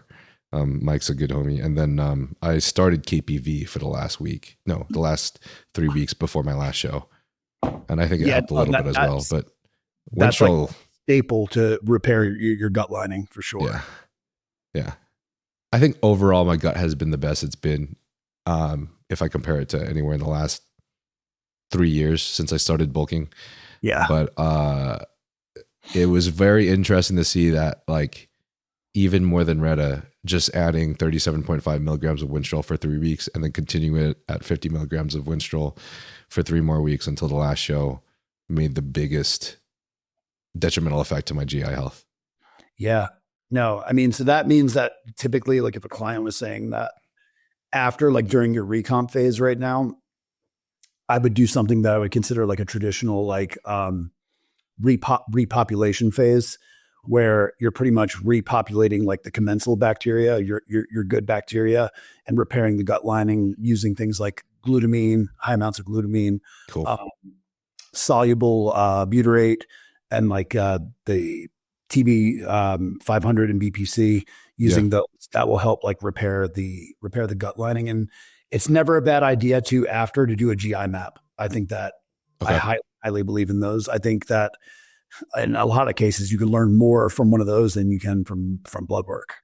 I'm glad you're saying that, like, because I continue to do all this stuff. Like I'm still doing this every single day, but like the fucking I don't give a fuck bodybuilder in the back of my head is like, dude, it's fucking prep is over. I don't need to fucking take this damn glutamine anymore. Yeah. I feel like a lot of people are in that position sometimes. You know, your prep's over and you're just like, I don't fucking give a fuck. Do I really need to take this anymore? It's the little things that go a long way like that. The non-conventional bodybuilding things that you wouldn't think of, you know, whether that's, you know, doing breathing exercises or, you know, certain things with certain foods and certain prebiotics that will go a long, long way. And I know there's at least 2 or 3 bodybuilders that didn't do the Olympia this year. I heard because they had GI issues. I think Rafael Brando, he didn't do the Olympia because I'm pretty sure he had some sort of GI issue. And, you know, these are things that, you know, you can prevent when you're going through these phases. Yeah, for sure. I've been training for over 15 years now, and I was too lazy to track anything training-wise for about the first 10 years because science-based training's for pussies. But I kept hitting plateaus from burnout, fatigue, joint issues, and injuries, and other factors that at the time I didn't really fully understand, realizing not everyone is built to handle the intense and same workload and injury resilience as Tom Platz and Ronnie Coleman, sad face. I wanted to speed run that shit, but the reality is dudes that have always known their body best are the ones that have been lifting for at least a decade.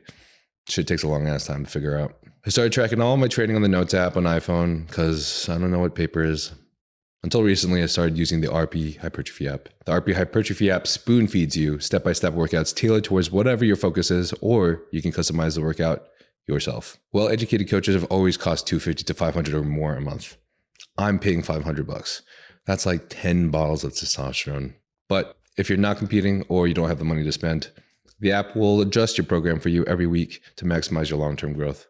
It'll base this on your pump, how fatigued you feel, how your joints feel, and more. It takes in everything to account, none of which I took into account in college because the only accounting I did was counting how many dumpies were in my class. Look, there's a titty. If you don't believe in science-based training, you don't got to do no 3 RIR shit. You can just hoist heavy steel and track it because we all know that the people who say that they remember their weights, sets, and reps every week are full of shit.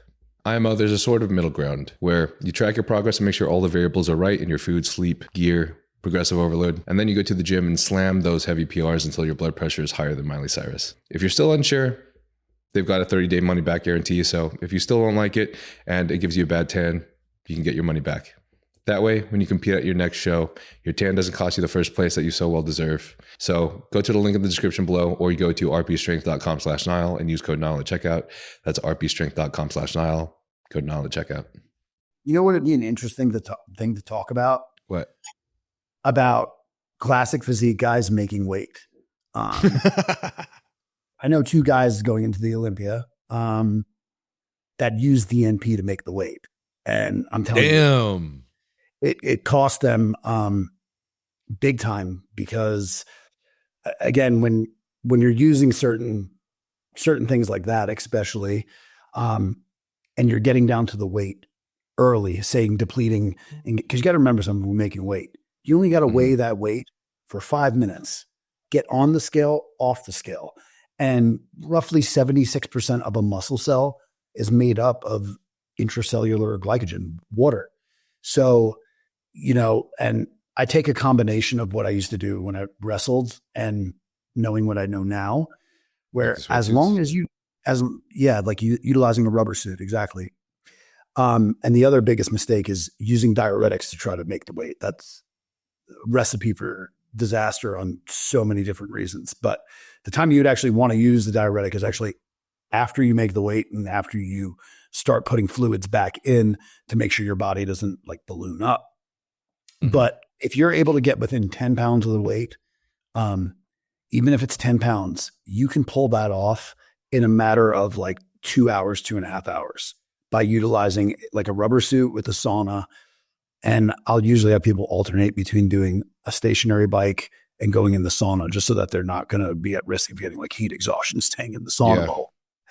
And speaking of that, because I feel like it's very related. Because, at the show with Steve Carr, I was standing next to Stanimal for 5th place for a very long time, especially all through prejudging. But I also know that Stanimal prior, he measured in like at a half an inch below what he normally does. So he had 7 pounds and then he had like 4 pounds to lose to make weight, right? So you guys had to do the sweatsuit and sauna type shit. Congrats on the most recent show though, of him getting 2nd place at this last show. That's pretty awesome. Did you guys end up making your height measurement this time, or what was the situation? No. So like going into him, like, you're sure you're at this height. And he's like, dude, like I'm almost a quarter of an inch above. Like I got to be 219. So I was like, okay, perfect. He had everything mapped out perfectly. He had eaten 2 like decent sized meals. This is before the Steve Carr. And he was about like 2 pounds under. And then he got there and he's like, dude, I don't know what this is. If I shrunk, but they're saying like, he's like, I don't know. Maybe I did from like the last few days, but he's like, they said like, I'm about like a quarter to a third of an inch too short, that now we have to drop to 212. And it was like 4.5, 5 pounds. And again, if I would have known this before, then I would have had him at that weight and had everything set up perfect. Yeah. He's like, shit, they're going to give us, we have 2 hours. So I did. I sent him over quickly, go back home. He had a rubber suit just in case. Like I just told him weeks ago, buy one of these. He got the rubber suit. We got that off in about an hour. But the part that sucked is then he made the weight at like 6:30. And at that point he was dehydrated. So I had to have him backload water. And Stan is not someone that does not need diuretics at all. Like those will hurt his physique. So he made the weight. We had to backload water afterwards to hydrate a little bit. And then from there, we had like a 4-hour window to try to load. So we were like cramming this food, luckily, because like he has insulin. So we were able to do that. But the thing that I noticed about the car is because we had to do that all in that short window, I did notice a little bit in his midsection at the Steve Carr. Yeah, that was that's something that just transparently, even though Stan looks fucking amazing. And bro, when I was standing next to him like the day before the show, I was like, this fucking guy, dude. I was literally like looking at him. I'm like, God, I'm going to get 18th place. And this guy's probably going to be in top 5 because he looks fucking huge. Like just how much his fucking traps and his rhomboids pop out of his back is just, it's fucking nuts, man. But anyways, other than the tangent, fuck me, dude. What was I going to say? About the making weight? I'm sorry. I ruined it. I'm sorry. Fuck. I do this all the time. God damn it. Did he make, so what happened at the next show? So the next show, then I'm like, look, you have to be prepared. Then you're not 219, you got to be 212. So for that show, we pretty much backloaded carbs a lot earlier. So right away, I told him like, look, we need to get your glycogen stores depleted by Tuesday so we can start putting food back in earlier. So that wouldn't make him heavier because he's already carbing up earlier. No, so we carved up a little bit earlier this time, but pulled them back a little bit before. And when I say pull them back, what I usually do, and this is a mistake that a lot of coaches make when they're trying to have these athletes make weight, they'll go ahead and put them on whatever it is, fish and vegetables, protein and vegetables for 3 days. Pro veg, yeah. And that does absolutely nothing in terms of your muscle glycogen, your triglycerides, nothing. So pretty much the last like 24 hours before he made the weight, he started carbing up like I think lightly on like Tuesday or Wednesday for this Atlantic Coast show. But then the last 24 hours, he was still eating a decent amount of carbs, but they were mostly coming from like rice cakes and like almond butter. Because if you weighed out 250 grams of carbs from rice cakes and say 50 grams of fat from like nut butter, the physical weight of that is like under a pound or under a pound, opposed to if you weighed out, 2 protein vegetable meals, that weighs more than that. And it's not doing shit in terms of like restoring actual glycogen or intracellular triglycerides. So I feel like these coaches' mentality though is just depleting. Is further depleting. The biggest mistake ever. It really, really is. And in his case, we were prepared to, I told him, it doesn't matter if you're 10 pounds over the weight the morning of the show, I'll get it off of you. But not to make drastic manipulations before just so you can make the weight. The biggest mistake is when people are doing extremes days and weeks out to get down to the weight, when you have to remember, you only have to weigh that for 5 minutes. And your muscle cells are mostly water. So, you're dehydrated for a few hours. And then after you weigh in, then you focus on rehydrating. But for this next one, it made it so much smoother because I knew what he had to weigh. And he went in and made the weight easily where we didn't have to cram like food in those last like 4 or 5 hours. How did y'all make the weight? Pretty much by carbing him up a little bit earlier and pulling them back, like where typically on Thursday for him or most people, 2 days out, that would be the heaviest carb day on that day, 2 days out. Yeah. So we backloaded the carbs a little earlier at like 3 days out. 2 days out was still high, but not as high as it would have. So his weight started dropping. His weight went up like the first day. And then after that, it started dropping. Oh, okay. Did you guys still have to do any sauna suit or any sweatsuit in sauna or no? He was actually only like a pound over. So he went and just sat in the sauna, like didn't have to do any extremes for like 20 minutes. And he was on the way. Okay, nice. I see what you're saying now. Okay. So for the first show, you guys were carbing up on, yeah. Okay. That makes sense.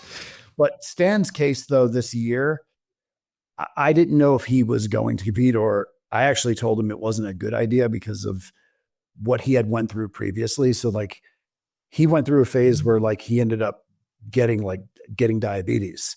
That's how me and him started working together. Yeah. He was talking about that he was with Patrick, and it wasn't anything that Patrick did specifically, but Stan just wasn't aware of his potential to, and it's crazy that it's type 1 too, not type 2. Well, but I guess his brother had it at 18, right? Yeah. And we have these things called epigenetics, which epigenetics are like pretty much things that are in our DNA that can be activated depending on your environment. So with Stan, like when he was doing open, the one thing with him, like usually it's really good when you work with someone and they're super consistent, but he went through a long phase where he was doing growth hormone every single day for like more than 16 months straight. So the extremes of that, and also the amount of food that he used to have to consume, like when he was in open, between that and all the growth hormone, that's what started to exacerbate this issue. And he realized it when he was a couple of days out from Chicago, like where his blood sugar was that high. And then there were other things, and there's other tests that I wanted him to go for because I suspect that there's more going on with his immune system than just the diabetes, like potentially like Crohn's disease and other things. because I sent him for some other tests, like a SIG-A test, which is essentially your immune system. And it was through the roof. But there's other tests that he still does need to go for. And he just recently got health insurance. So when he was wanted to go into this prep, we were at a place where he had to actually put back on all the muscle because he lost a lot of muscle during going through all of this because he was in the hospital. So his journey was crazy. And most people would have not been able to go through it. But he mentally, when it comes to bodybuilding, it's everything to him. So, afterwards, when he started this prep, we had to put back on the muscle and then start pushing the conditioning. So the fact that he was able to get to this point, we were really, really like happy about it. And now that he'll have an opportunity to take the time, also take the rebound, he'll be in a much better place going into next year. Okay. It's been storming and raining in California, which it never does, of course, for the last 3-4 days. So that's why it's been pitch black. I feel the same. It's even been like that here in Vegas. Damn. Also, I was considering, I think I might move to Vegas next year, honestly. Oh, dude, shit doesn't work out. You should. I mean, I'll tell you, I'm originally from New York City, and I went through like a 3-year time span where I lived all over the country. I moved to North Carolina, opened a chain of medical clinics for a year. I moved to Florida like the year that I was prepping Nick.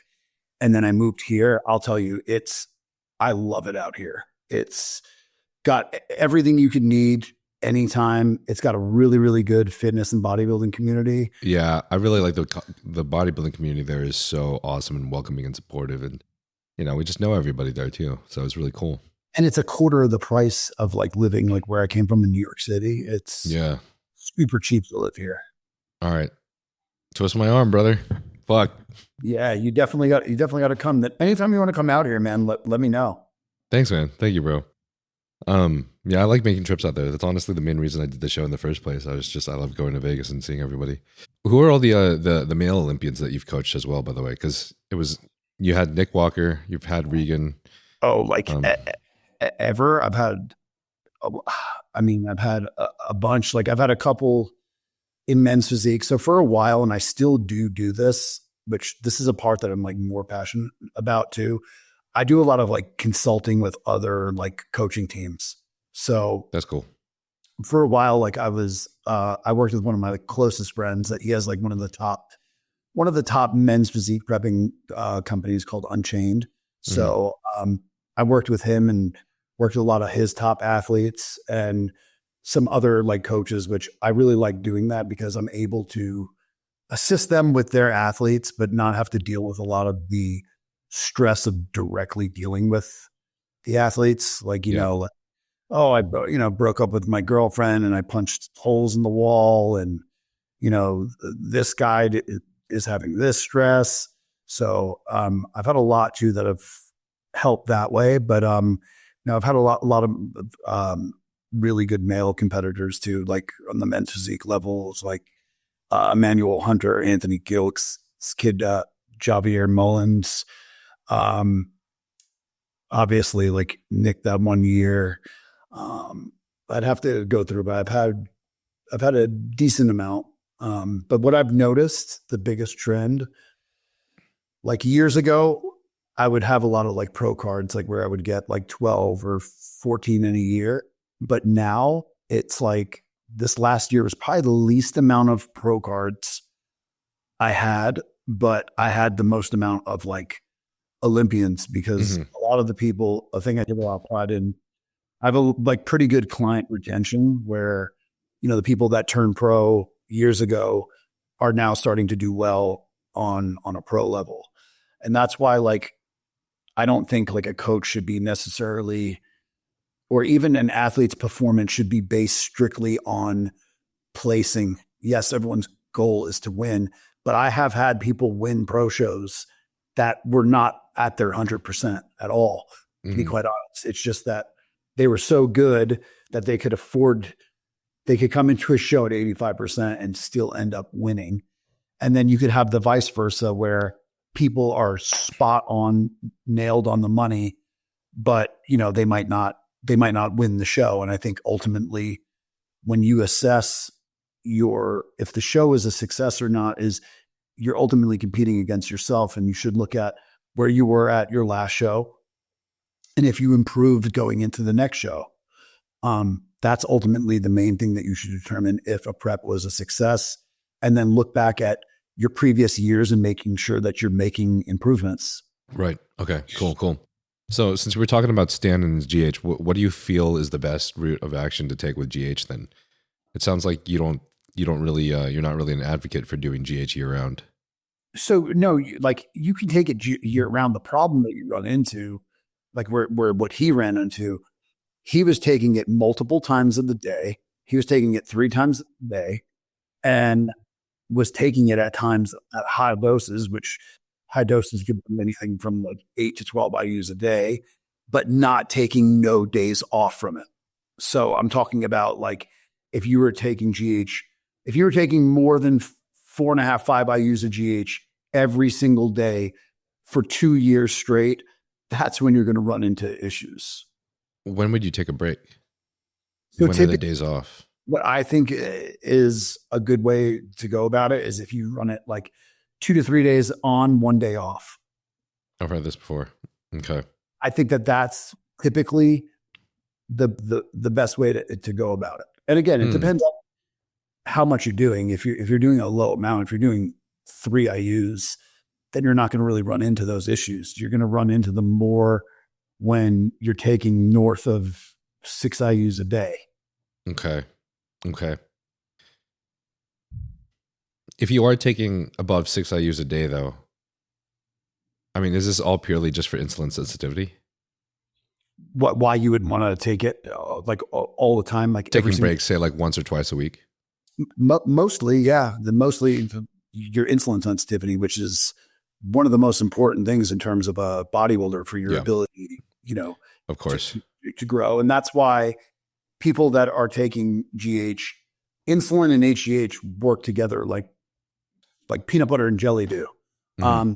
They work synergistically together great. And that's why, like, if you are going to utilize, like, if you want to ramp up GH like high, that's when you could consider utilizing like a long acting insulin. Cause then you don't have to worry about it affecting, your insulin sensitivity as much, because when you take insulin's not like testosterone, like where we take testosterone and then your hypothalamus and pituitary signal to your testicles, like, hey, you're getting all this influx of hormones, stop producing it on its own. That's what happens when we take androgens and exogenous tests. Insulin does not work that way, where you're shutting down your pancreas's production. No, it's actually quite the opposite, where if you utilize a long-acting insulin, or you're giving your pancreas a break. You give your pancreas a break, and you could actually have the opportunity, if you do it the right way, where you can upregulate your pancreas's ability to secrete insulin on its own. Okay, that's cool. Yeah. The thing with the long-acting, never know about the upregulation that you want to be careful about is if you're taking like a high amount of it, especially if you're not eating clean, you can get fat really easy too. Yeah, for sure. The only times like I'll use it like pre-workout on people's plans, it'll usually say, check your blood sugar. Like if their blood sugar is over like 100 before their pre-workout meal, then I'll tell them like do X amount of Humalog just to drive their blood glucose down. But I typically don't like taking it too much pre-workout, because it's harder to gauge, because when you're working out, you're blowing through glycogen. So, you're probably sipping on intra-workout carbs, but you have a higher probability of going hypo then, where the important time, in my opinion, is going to be post-workout. And like what I like to do is, if someone trains, insulin technically peaks twice. If Humalog, you do it the right way. So like let's say you hit 8 units of Humalog post-workout. So like 25 minutes later, it's going to start to peak for the first time. And when I say peak, I mean by pushing your blood sugar down. So after the workout, let's say, boom, you take down 100 grams of carbs with your protein. Then in about an hour and a half later or so, it'll peak again for the second time, where it pushes your blood sugar down, where after you take that pre-workout shake with the carbs. If you weren't using the insulin, you'd probably have to wait, 2 hours to eat, where when you use the insulin in 45 minutes to an hour, it's probably pushing your blood sugar down and you're ready to eat again. Okay, gotcha. I got an interesting one for you. What do you feel like is the cause of these softer muscles that we're seeing in open that people are discussing a lot? I think a lot of people are trying to make theories. Great question. So like when we refer to the word like conditioning, and if you gave me like an athlete too, I could probably give you a better breakdown. But for an example, when someone refers to the word conditioning, that doesn't just mean, yes, you have to be in low levels of body fat. Yes. But I can tell you right now, I can usually look at a physique and tell the way that person trains. So when you look at a guy like Hadi, for an example, okay, he has that granite hard type of muscle. He does. That is typically built from, obviously, muscle maturity, and you'll notice this too, like usually guys that are in their earlier 20s, they don't start to get that granite hard muscle until you're at least into your later 20s, earlier 30s. And usually that's developed over time of training a particular way. Like a guy like Hadi that's doing a lot of like free weight, heavy compound movements. That's, doing heavy squats, hack squats, training very, very, very intensely, that the training plays a major, major role in that too, as well, the way that you train. So I think that the training plays a role in it. If you look at a guy like Martin, go watch the way that he trains. He trains very, very, very, very hard. He's training with huge loads. He's very, very strong. You don't think Derek trains pretty hard? I mean, I know even people that have trained with him, I think he has started training like harder now as time goes along. But in terms of like taking someone like him or like Nick, for an example, Nick for years was training where he was, dumbbell pressing 200-pound dumbbells. He doesn't squat anymore, I know, but back in the day that he used to. So that's what builds that type of, dense type of muscle. That's really the main thing I'm trying to push on Regan, because Regan does actually better with lower volume rep scheme, and he's very, very strong. But in his case, he burns out very, very quickly. So with him documenting like his workouts, I noticed on week 1, his incline Smith machine press was his 3rd or 4th movement on his push day. And he did 275 on his top set for like 11 reps. Then the next week, it was the first compound, and he did 405 for 7. So assessing that, huge. So assessing that data, that shows you that he, number one, responds better to doing slightly lower volume and having those compound movements programmed in the beginning of the workout. And then like the way Regan's training is, it changes each week. So week 1, he starts his workout, say with incline Smith machine press. Then week 2, that goes to the second, and then dumbbell press is what he starts week 2 with. So that, so many people end up burning themselves out on a lot of those feeder sets, where, you really want to put everything into those 2 balls to the wall working sets. Okay. Awesome. Interesting. I have heard this theory before, but it was hard for me to, I like the theory because, I like training hard and I like to think that, that's what creates hard muscle, but I don't know. It just, it was hard for me to get up on, to be honest, because without a doubt, the main factor in all of these things, like for example, Hadi's front conditioning versus his back conditioning not being so good, that's genetics, right? Same thing with Urs. Urs's like front conditioning being so wild, and then his back conditioning it's always hard for him to get in there. That's a genetic factor, right?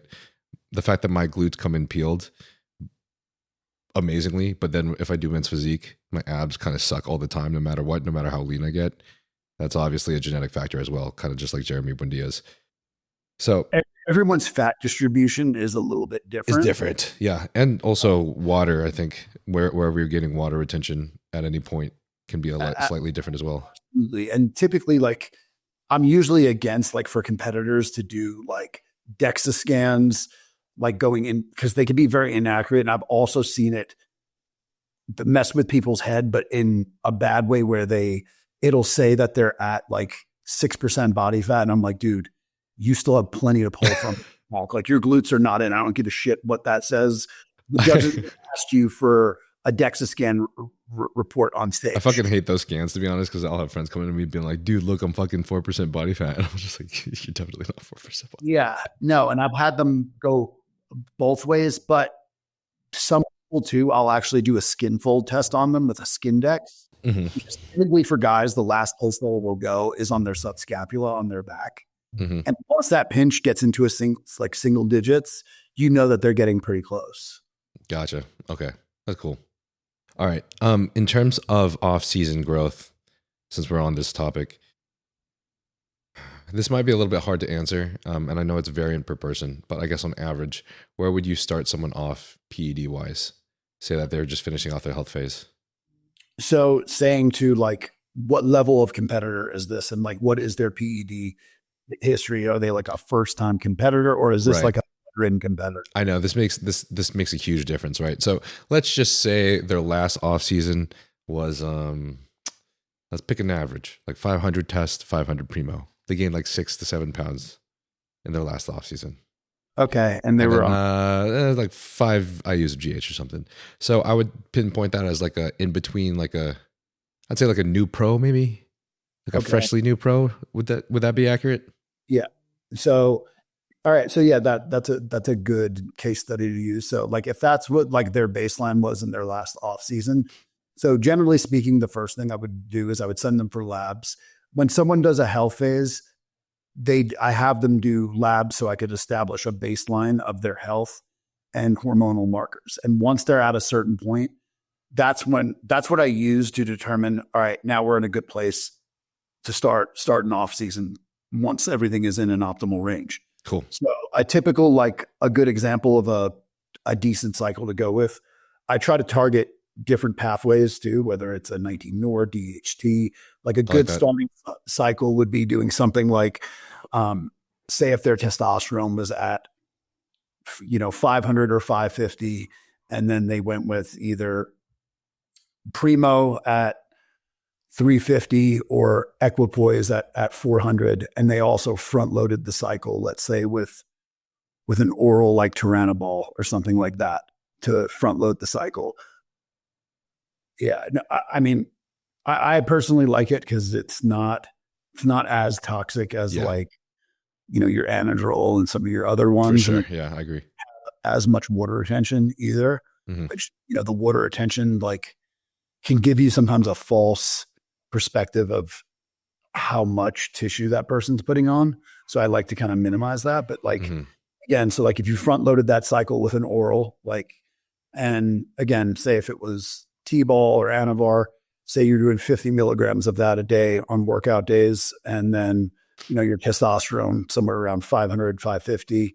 And then if it was primo, 300, 350, or if it was equipoise at 400, and then using the oral to front load the cycle, say for the first 4 or 5 weeks. And then after the first 4 to 5 weeks, then you're starting to have the DHT derivative start to peak in the bloodstream. Okay. Once that's starting to peak, then you could remove the oral, and then you could start walking the dose up of the injectable. So let's say after we drop the oral, we're going to increase the injectable, but I'll have people increase it instead of just being like, all right, take your test from 500 to 800 and your primo from 350 to 600. I would maybe set their total, like let's say their primo up to 500 and their test up to 700, but I would have them increase it by increments of 50 milligrams each week. Okay. Bump it up slowly. And then possibly adding, if needed, like a 19 NOR in if we needed to finish off the last couple of weeks of the growth phase, like an NPP, something along those lines. And again, it's really kind of contingent on the person, how they're feeling, how are your joints feeling with your training, and that would be kind of a ideal way to program it. Mm-hmm. I kind of like the idea of titrating it up each week, very, very slow at very low doses. Obviously as needed, right? As long as they're still progressing properly. Or, well, I guess the thought would be, I didn't say that right. So I do know there's some coaches though that feel like they shouldn't titrate up a dose if they're still making progress. Absolutely. I agree with that 100%. Like, this is a huge mistake that people make. If somebody is making progress and it's working, don't fuck with something that isn't broken. Yep. Keep it exactly the same. These are things that you do with, like, where I'm talking about like titrating the dose up. You do that like when you're seeing that, all right, like we're hitting certain plateaus, let's slowly start to walk the dose up. Gotcha. Cool. I would just, if they're progressing, and typically the way that it would be set up in the off season, if they're putting on, even if it's a pound or a half a pound a week, okay, that's pretty good. You figure, like at least 60% of it is going to be, water retention, a little bit of body fat. So at that rate, if someone's putting on, a pound and a half to 2 pounds of muscle a month, that's pretty good. Yeah. Okay, cool. This is going to be a huge hypothetical, which means like, obviously your answer doesn't mean that it's going to be very accurate, because this is just, it's hard for us to answer this. But I guess hypothetically, how high do you think your dosages would end up going for an athlete like this?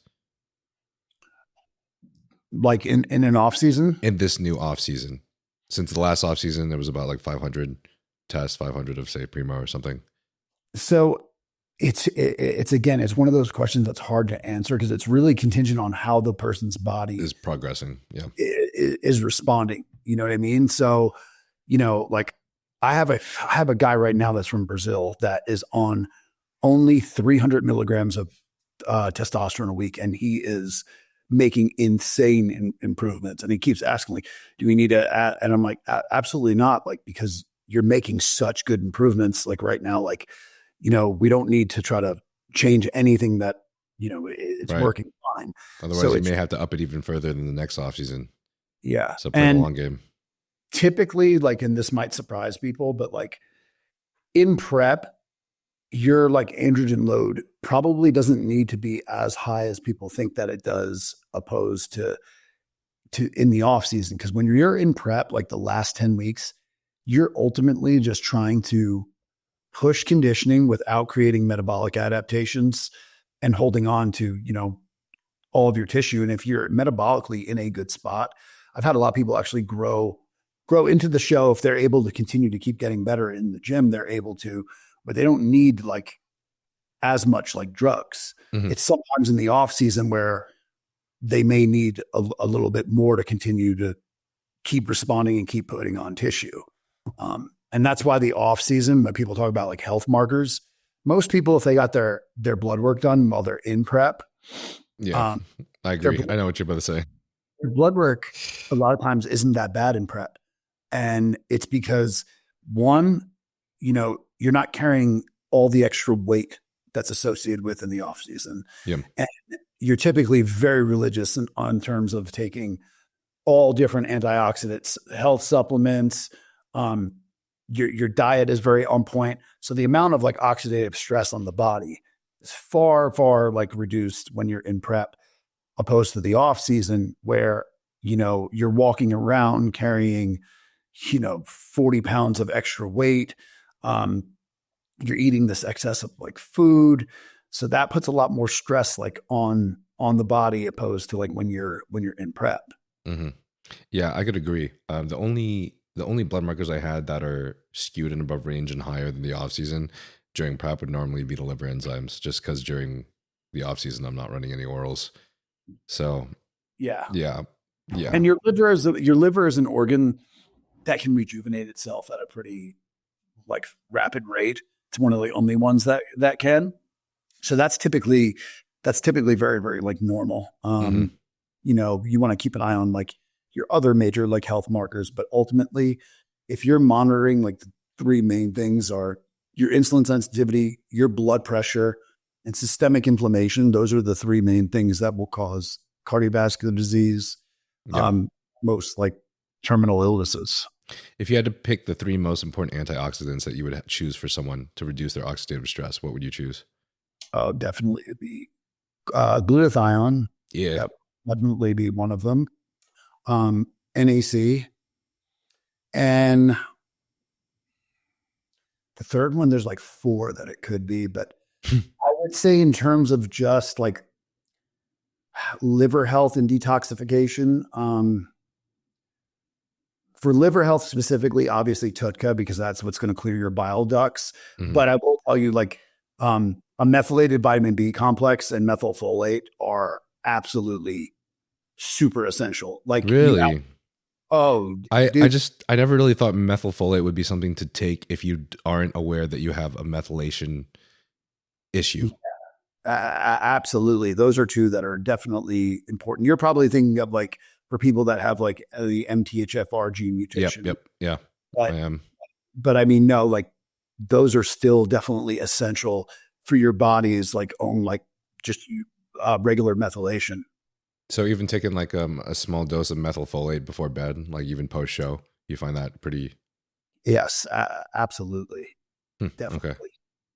Yeah. So those would be the staples. And I'll tell you, like, there's a lot of people too that are mind baffled when they get their partners pregnant and they're in the middle of prep. And I'm telling you, it's because of those supplements. Because even though like the androgens that we're taking are obviously, they're shutting down our natural hormone production and lowering probably your total sperm count.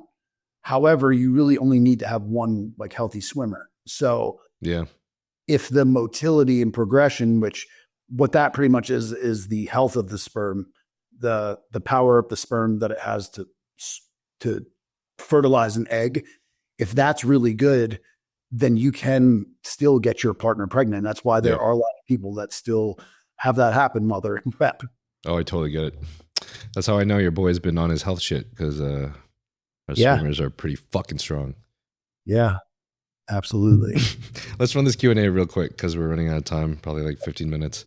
I always do this to the audience, which is the worst thing, is I'm just so selfish. I steal all the space and then no one gets to get their questions answered. Oh, this is funny. Abe Drake actually asked the same question we kind of already asked: when to titrate up food and PEDs in a reverse/rebound. I think we kind of already answered that. Yeah, we pretty answered that in depth. I have a question for you now that I'm thinking about this from his question, which I think is an obvious answer. But what would you have to say to Mike Sommerfeld saying with more gear requires more food? Saying that if you're taking more gear, you require more food. So it was on a podcast we had. There is some truth to that to an extent, because most steroids are like fat soluble. So like, yes, that is true to an extent, but it's such a hard kind of question to answer. Just that someone is taking a certain amount doesn't mean that they need a certain amount of food for say. I mean, obviously, you know, when you're in like a growth phase and you're on a certain androgen load, yeah, it makes sense that you're eating a certain amount of food, that you are slightly in a surplus. But just that you are eating more food because you're on more gear does not mean necessarily that you're going to grow. It could work against you if it's, one, negatively impacting your insulin sensitivity, and two, the other thing that's going to drive how much tissue you put on in the right areas is going to be your training ultimately. Okay. So if you're titrating, okay, say a guy is plateauing and you guys are choosing to titrate up first the gear, like we were talking about earlier, at these small dosages each week, you would keep food at the same first, just to keep, I don't know, maybe minimize variables. So like, I would like to see how they responded to that one variable, or maybe would titrate it up a little bit faster than doing it very slowly, instead of doing it, 50 milligrams or whatever, 25 a week, titrating it up a little bit faster. And then I start looking at, again, like their performance markers. So like I had a guy, this is like 2 years ago, a good men's physique pro that had everything, but his chest development just sucked. But if you look at his training, all of his performance markers would go up besides his Chest. all the pressing movements. So believe it or not, even though I do not like utilizing this too much, to get him those performance markers up, we had a short time frame that we utilized an oral. I actually had him for 2 weeks, only on his chest days, start to use a little bit of Halo to get those performance markers up. And it did actually work very, very well. So we were using certain things to kind of help the performance on the lagging muscle group days. Gotcha. Yeah. That's cool. Okay. That's how I like to utilize food as well. Cycling it up and having your on the lagging muscle group days. I think that's the most effective. Definitely worked for the legs. Yeah, absolutely. Definitely. And it's good and smart to not have the same diet that you're following, every single day, to have days where it's a little bit higher and days where it's a little bit lower. That's where you're going to be able to keep your metabolism in the best place.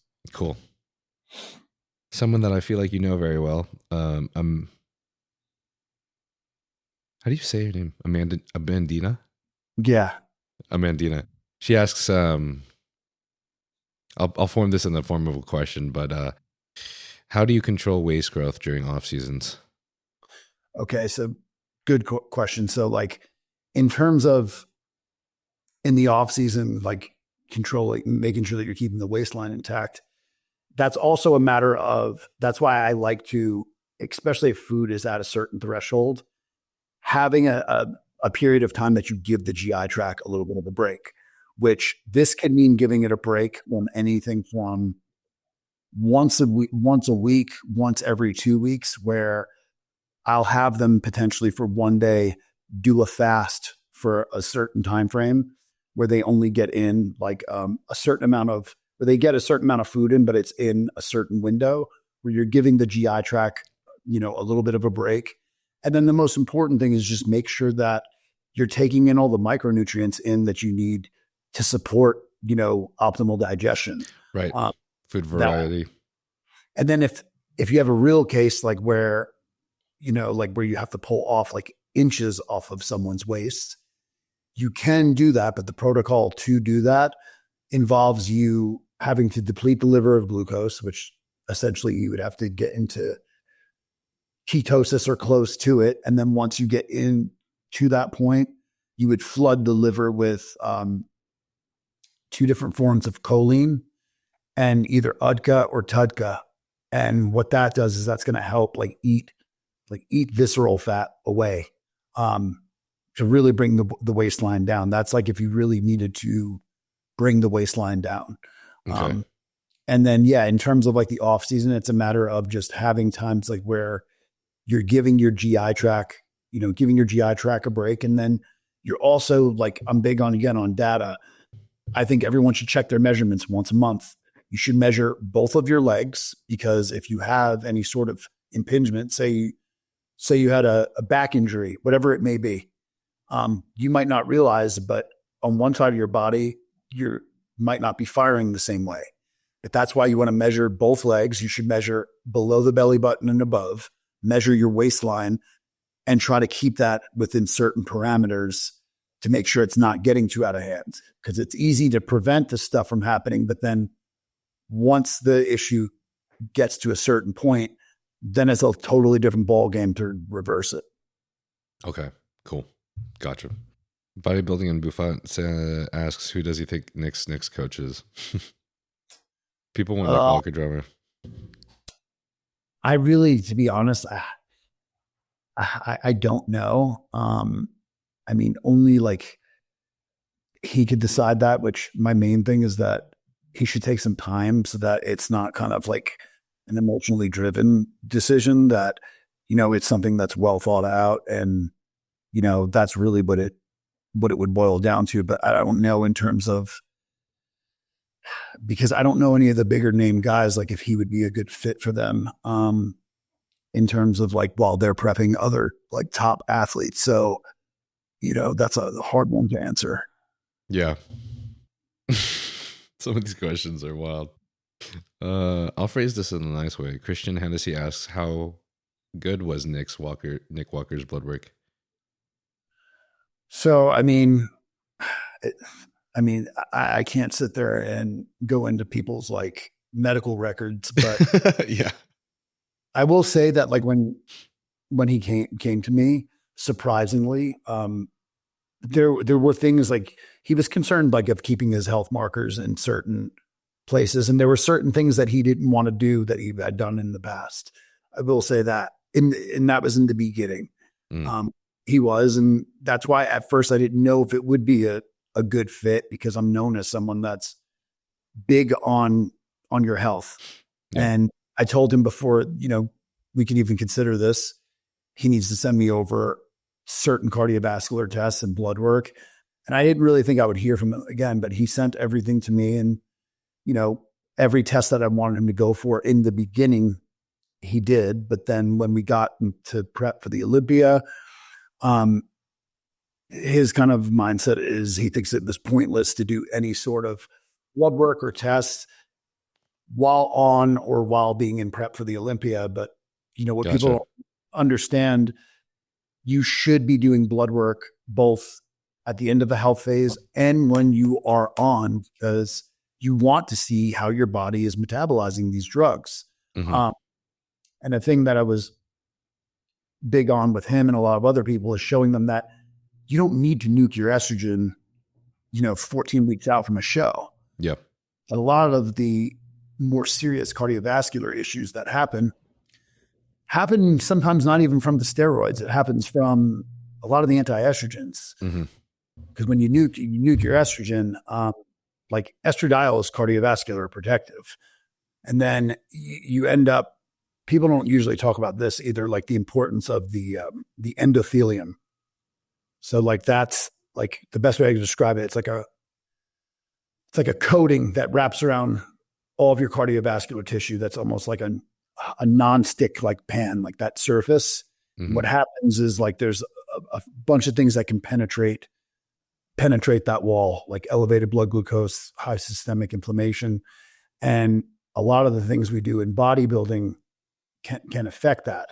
But like two out of those three things, like elevated blood glucose and even like blood pressure, you can monitor those from home with a $30 monitor. So that's why like every bodybuilder or anyone that takes PEDs should have one of those. Gotcha. Awesome. I think that was really good stuff to cover. John Benjamin 98, homie of the pod, asks what PEDs and dosages is pushing the envelope on female competitors to bad side effects. So again, with females, it's so contingent on the person, because I've seen girls that have just taken Anavar and had horrible side effects, and then I've done consultations with top Olympian women pro bodybuilders that are, on a lot, and they surprisingly didn't have horrible side effects. But even the girls that do handle it well, a lot of it has to do with the duration and the dose. Like even a girl that responds well to Anavar or Primo, if they're on it for long enough time frame, they'll end up getting side effects from it, from opposed to even if a girl took something like Tren, which. What about quick question? Sorry, I'm sorry for interrupting, but if a girl was on hypothetically like 2.5 milligrams of Anavar, but she was running it for, is there any period of time long that you've ever seen that cause viralization or issues like that? Absolutely. If a girl was on that, say for 5 months, 4 or 5 months, absolutely. Okay. Then the poison is really in the duration, where opposed to like something like Tren, which I don't put any of my female athletes on it, but I'll tell you, I have had a female athlete that did take it before in the past. Yes. And that was because like her partner that I also coach too, they wanted to do it. And I said, look, it's up to your discretion if you want to do it, but you're just don't do it more than like 4 or 5 weeks, because typically if anything is done at a low dose and it's a short duration, typically any side effects that happen would go away if it's for a short period of time. Okay. What about TRT for women? What's the lowest dose that you've ever seen cause potential viralization? Because, some of these women are going to be on it for extreme periods of time. Yeah. Some of them for life. And with that, and it's the same way that we do it like at the clinic. Mm-hmm. So because everyone metabolizes these hormones different, what you should do is you start off at the lowest dose, whether that was 3 or 5 milligrams a week for a woman. And it should be broken up into at least like every 3-day doses too, so that you're not spiking and crashing your levels. Mm-hmm. Then after you're on it, say for at least 3 or 4 weeks, you should go get blood work done about 2 to 3 days post injection. And then from there, you will be able to tell exactly what the dose needs to be titrated up to or down accordingly. And there are some women that need to go up to, 10 milligrams or 12 milligrams a week. And believe it or not, that barely will get them up to say to 80 or so. Wow. That's why it's totally different. Like that's the interesting thing with working at the clinic. Like I could pull up even men, and there are some guys that are on 150 milligrams of test a week or 125, and they're always at 1,100 to 1,500 nanograms per deciliter. And then there are some that were on 300, and they're barely like north of like 600. Yeah. I think 140. It's so different. And for women, the main thing, you also have to look at their estrogen to progesterone. So a big thing that I went through a lot with women in the beginning is a lot of them can complain of like UTIs and getting co-infections. And that's because their estradiol is getting so low that they end up getting vaginal dryness that ends up turning to a yeast infection. And then when that's not treated, it turns into a co-infection. Okay. Gotcha. Estrogen and progesterone though, you didn't, what about progesterone and the ratios? Oh yeah. So like those are things that definitely with women, for sure, even like my fiance, like a big thing, how she put on all that muscle in that off season, it was actually utilizing exogenous estradiol. Her estrogen was very, very, very low. So she went on a certain amount she originally was on an oral estradiol, and then she switched to a cream, but she was, in addition to that, was taking vaginal estradiol too, which that doesn't absorb systemically. That's just locally to pretty much make sure that they have they don't get like vaginal dryness or anything like that. But all that should be utilized. And with women too, another thing that works very well, I originally learned this too from Victoria, is if you have a woman, they are competing in prep and they're on a certain amount of, X, Y, and Z, if you do put them on progesterone, that does help mitigate some of the fertilization effects that they could be getting. Oh, wow. That is amazing. By utilizing progesterone. Yeah. Yeah. I mean, I guess that would make sense. How high do you want to see estrogen and progesterone? And obviously this would be the off season, because I know that prep is an exception. For women or? Especially peak. Yeah. For women. For women? Well, typically, and again, too, like when you assess blood work on a female, you also want to look at the labs based on where they are in their cycle. So if they're in, you typically want them to go in mid luteal or luteal. Yes. You want them to go in certain ranges where they're not ovulating, so you could get kind of a accurate assessment of where they are. And then typically, again, like it's more so like looking at ratios. You really don't want them to be anything lower than around 50. And you also have to remember too that estrogen and testosterone, they're read on different scales. So estrogen is read on, I believe, picograms, opposed to testosterone that's nanograms per deciliter. And testosterone is still in women the most dominant hormone, which most people would think that it's estrogen. It's actually still testosterone. Uh-huh. And when you're looking at estrogen, testosterone, progesterone, you want to have good ratios of it, where you don't want to have the gap between progesterone and estrogen. You don't want the gap to be too big. Too big, right? That's which is something I think we've personally ran into here. So it's another reason I'm asking. So I guess what are the ratios that you would want to aim for to make sure that a woman is healthy and mentally feeling? Typically, their estradiol, in my opinion, like once they're out of like that pre-prep phase, typically their estradiol shouldn't be much lower than like 30 or 40. Okay. And that still is really like low. Okay. And then if you do see like, what would you consider high? I mean, you could see like, it depends again, like the phase that they're in, but I mean, their estradiol is at 400 or 500. That's high. Okay. Then that would be considered estrogen dominant. Gotcha. And in that case, then there's things that you can do, not using like anti-estrogens, but you could utilize from there. You could also see, you could order a more specific estrogen test too. And then potentially add in something like DIM.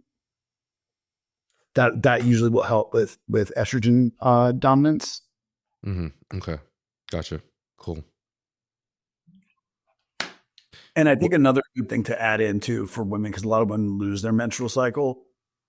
If they go a long period of time and they don't have it, because there's some women that go long time without having it, they should look into getting a vaginal ultrasound. Okay. Gotcha. What about progesterone, I guess? Where would you want to, what range would you want to see that in if someone was just not on prep? I would say again, like based upon like where their estradiol is, like say if it's they're on the higher side, somewhere around like 1.2 or in that range. Okay. Gotcha. Cool.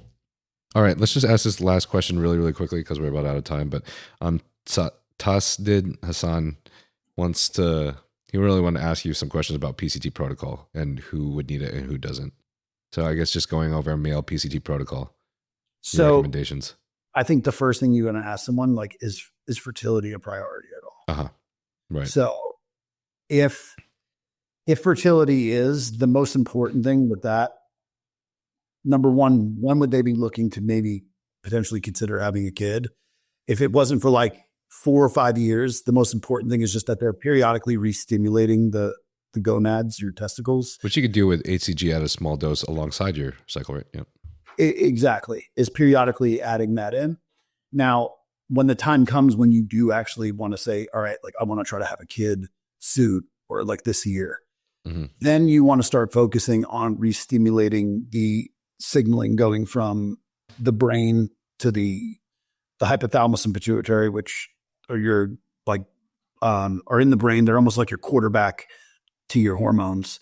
So then you would want to look to have a period of time that you actually do come off of testosterone. And that's when you would want to start incorporating like SERMs, like Clomid or endoclomifene. You would take that with HCG and HMG. They're essentially just exogenous LH and FSH. So those two are working on your testicles.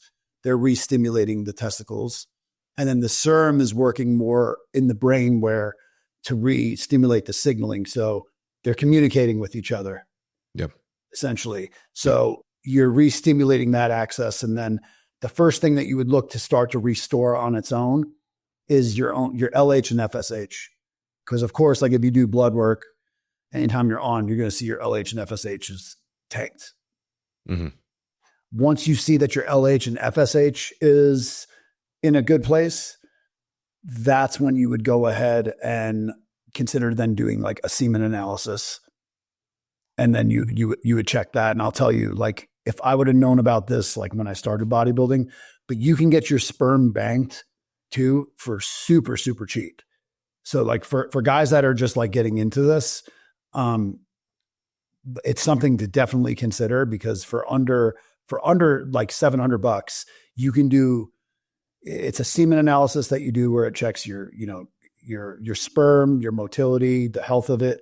You have to do an STD test too, because to freeze your sperm, you obviously can't have STDs. So you do one of those, and then they bank your sperm. So then if you go ahead and, whatever it is you want to do, you'll have healthy swimmers on ice all the time. Cool. Okay. Awesome. I kept you here for 3 hours. So I ask every guest one last question at the end of every podcast that you might have heard before. But if you were to disappear from the world tomorrow and you had one message you could send to the entire world today, what would the message be? The message would be, think about what your future self would want, because I feel like too many people are just focused on short-term gratification and don't think about the long-term. And that's especially in what we do in bodybuilding. And it happens with coaches too. You get so fixated on, the short-term gratification and goal that it ends up taking away from the long-term goal. Yeah. I don't want to say any personal coaches, but I have heard some women and female friends come up to me telling me that like they didn't want to push too much more gear because they already noticed their voice getting lower. And the coach was like, well, you're not running as much as a lot of these other Olympians, and it's only this much longer. I've heard that a lot, honestly. So, yeah. And I mean, at the end of the day, coaching, the thing that people should always remember, because I get this all the time. I was just doing what my coach told me to do. Like, remember something at the end of the day, like, this is your body, your life. You have one of those ever. You don't get one back. So anything that anybody tells you to do, you should always take that with a grain of salt. If you are not comfortable with doing something or have any doubts or anything whatsoever, speak the fuck up. Do not sit back and just keep your mouth shut and just be like, I'm just going to follow everything blindly, because a lot of times a lot of these coaches, they don't have your long-term well-being at heart. It's whatever is going to give them, stroke their ego in the short term. So like, you always have to keep that in mind in the back of your head at all times. That was awesome, brother. Yeah. We could fucking talk for days, man. Absolutely, man. That was awesome. Thank you. Do you have any platform, anything you would want to promote? Where can people find you on Instagram? I think it's beautifully obvious. DomSuperSliced. That name just kind of stuck with me. I've heard about you for years because of your name. It's just so easy to remember. I know. I tried changing it like 4 years ago, and like everyone started freaking out. So I'm like, oh, that's how people know me. I even walked into like a super professional business meeting one time to meet with an investor, and this guy looks over. He's like, "Oh, there's DomSuperSliced." I'm like, oh. And I told him, I'm like, my name is not SuperSlice. It was like embarrassing, but it's sick, bro. It's fucking sick. Yeah. No, I kind of got that when I was competing, because that was the one I was kind of. I saw that picture, bro. That was fucking nuts. The picture I posted for a Q&A. Oh yeah, dude. Believe it or not, that was after I was done. That was like 2 years ago, just by going on a regular just diet phase. Jesus Christ! What the fuck? Yeah. You look like you would have gotten first on stage. Fucking nutty conditioning. You should compete, this and that. But I made a decision like years ago that I was prepping so many people that it was getting to the point where, my mind had to be focused on them. Yeah. And like, bodybuilding is a selfish sport. There's no way to cut it. Like, to be successful, you got to be a little selfish. So, I had to make a decision, and I knew that I was a far better coach than I was like an athlete. Mm-hmm. That, even like the highest my potential, I wouldn't have done anything like where would have been like placing top 10 at the Olympia. So, not without doing serious damage to my health. So I kind of had to make that decision. Well, I appreciate you for coming on, man. This was awesome. And absolutely. I don't really remember the last person who shared this much value. Maybe Chris, but it was pretty crazy. So yeah. Thank you so much. Bro. Absolutely, man. No, we'll definitely keep in touch. And dude, you should definitely come out here to Vegas. Oh, I'd love to. Twist my arm. I'm telling you. What part of California do you live in? I'm in LA. Typical. I know. Yeah, that's where my I've been here build for a couple of years. or, but yeah, no, you would like it here. You would fit in for sure. Thanks, brother. All right, cool. Well, I'll catch you sometime soon. Let me know if you need anything, by the way, anything at all. We'll be in the Absolutely. DMs. Man. I will. We'll definitely keep in touch. All right, sounds good. And you have a good night. Later, brother. You too. Get some food and get some rest. Will do, man.